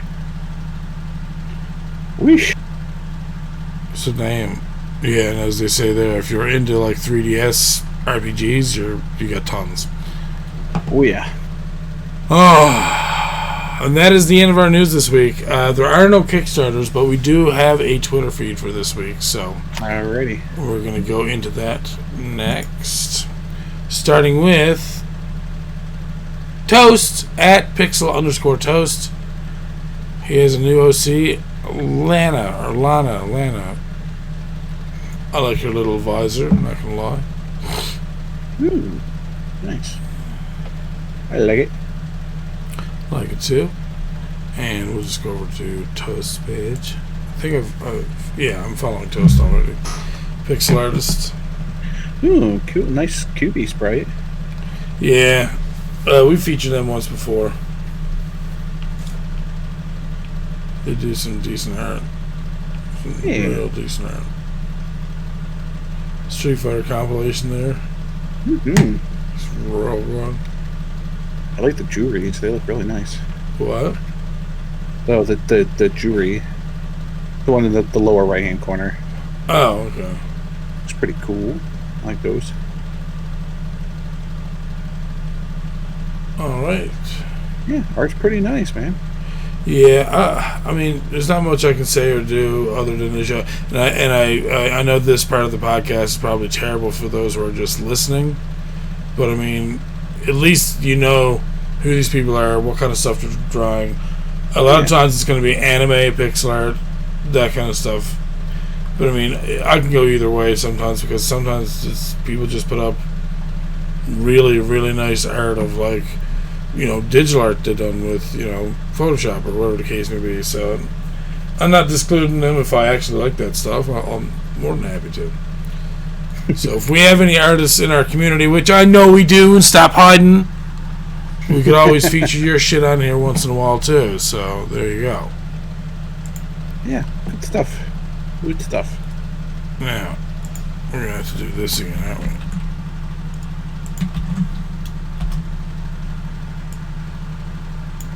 Alright, next we have JMW at JMW327. It's a little outdoorsy scene that we have here, and honestly, I love it. Nice. Yeah, I went and checked out, and I'm going to follow them. I can't believe I didn't. They already have 92,000 followers. And it sounds like they like drawing this kind of stuff anyways, which is great, because I like the outdoorsy stuff. It's nice. Yeah. I'm trying to look for more of their stuff, actually. Damn. Yeah, see, like these outdoorsy cabins look really nice. That actually looks like the same door for Teddy Ruxpin's house. Wait, is that Teddy Ruxpin? The windows are the same too. Sure, some of this stuff is real good. Alright, and next up we have King W at King_Worrell, WORRELL. The Cult of Pixel. Just want to say that stained glass looks fucking amazing. Right? We're gonna follow you, sir. I'm already following him. Haha. Yeah, no, that looks really good. Holy shit.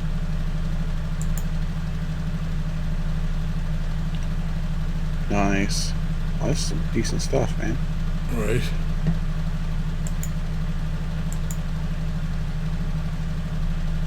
Huh. Oh, let's see what else they got here. And some of the weapon designs are real nice, too. Oh, yeah. Yeah, we've also featured him before, them before, I should say, my bad. Ooh. A nice Morgan pixel on there. I would like enter that. the land of our podcast without a chance. Look at that, it almost like lines up. It knows what it's doing. Right? Very nice. Alright, our next artist is Mr.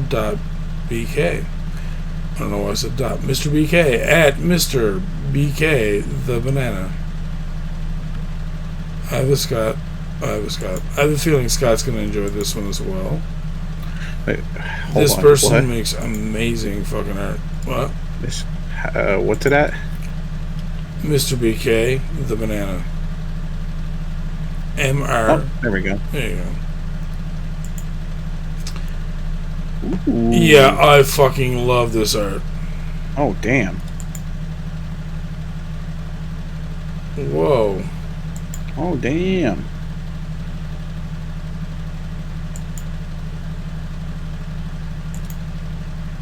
Hell yeah.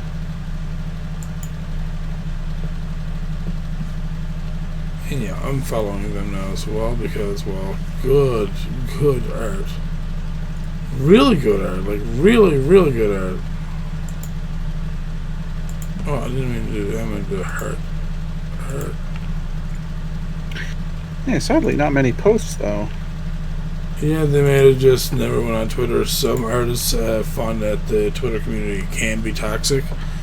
I don't know why, because, I mean, I haven't looked through comments and stuff, but I just look at what people are putting up. I usually try not to comment unless it's something that I really feel like I should be commenting on, or if it's funny, whatever the case may be. But for the most part, just stay away from it. Just, put up your stuff and see how many, likes and shares you get.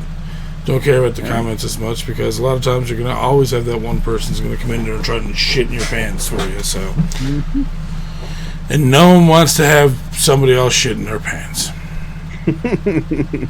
So we have 2 more left here.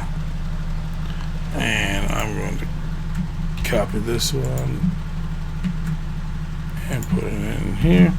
Boom.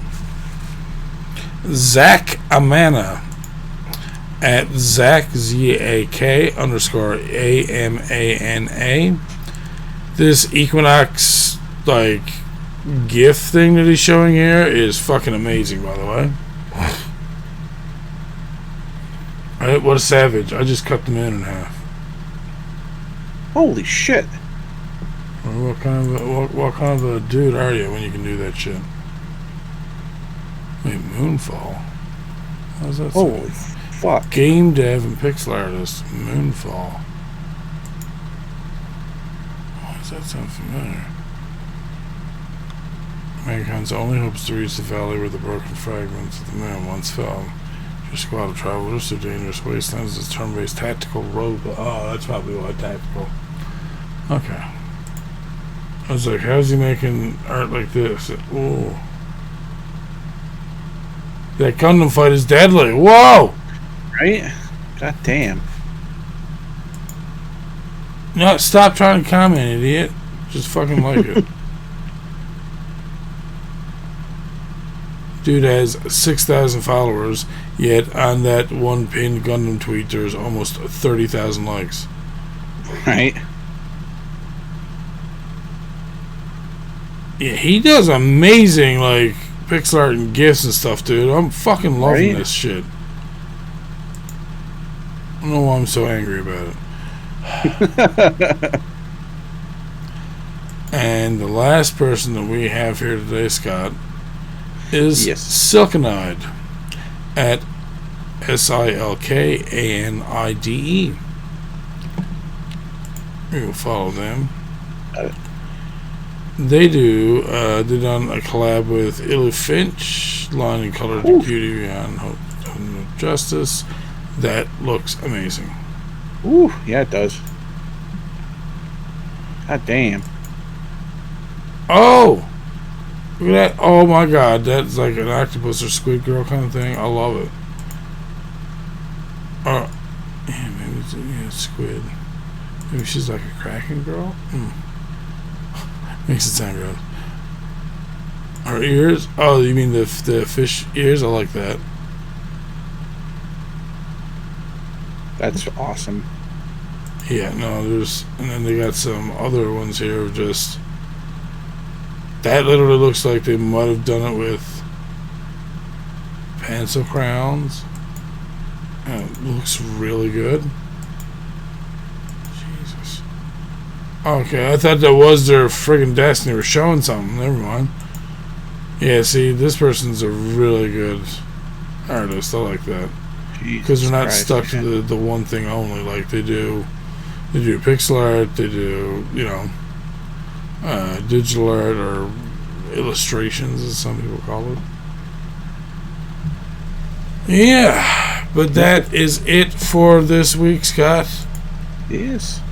Damn. Nice, good Twitter stuff, and we had awesome Best of Steam this week. Really good Best Not of Steam. too bad, not too bad. Just gonna refresh the feed there, see who we got online right now. Oh god, let's mute the thing. The run is over. I'm sorry, M4 dude. But yeah, we're gonna thank our unofficial sponsor, Jones and Soda, because we love your soda. Also, we got Destructoid, Indie Retro News, Steam, Indie Devs, Game Devs, Pixel Artists, people on Twitter, Kickstarter, even though we didn't feature any of them. There's always so many people to include all the time. We try our best. We try our best. Yes, sir. On my side, as always, thanking VG247 and Destructoid.com. Doodly doodly. Let's see. Who do we have?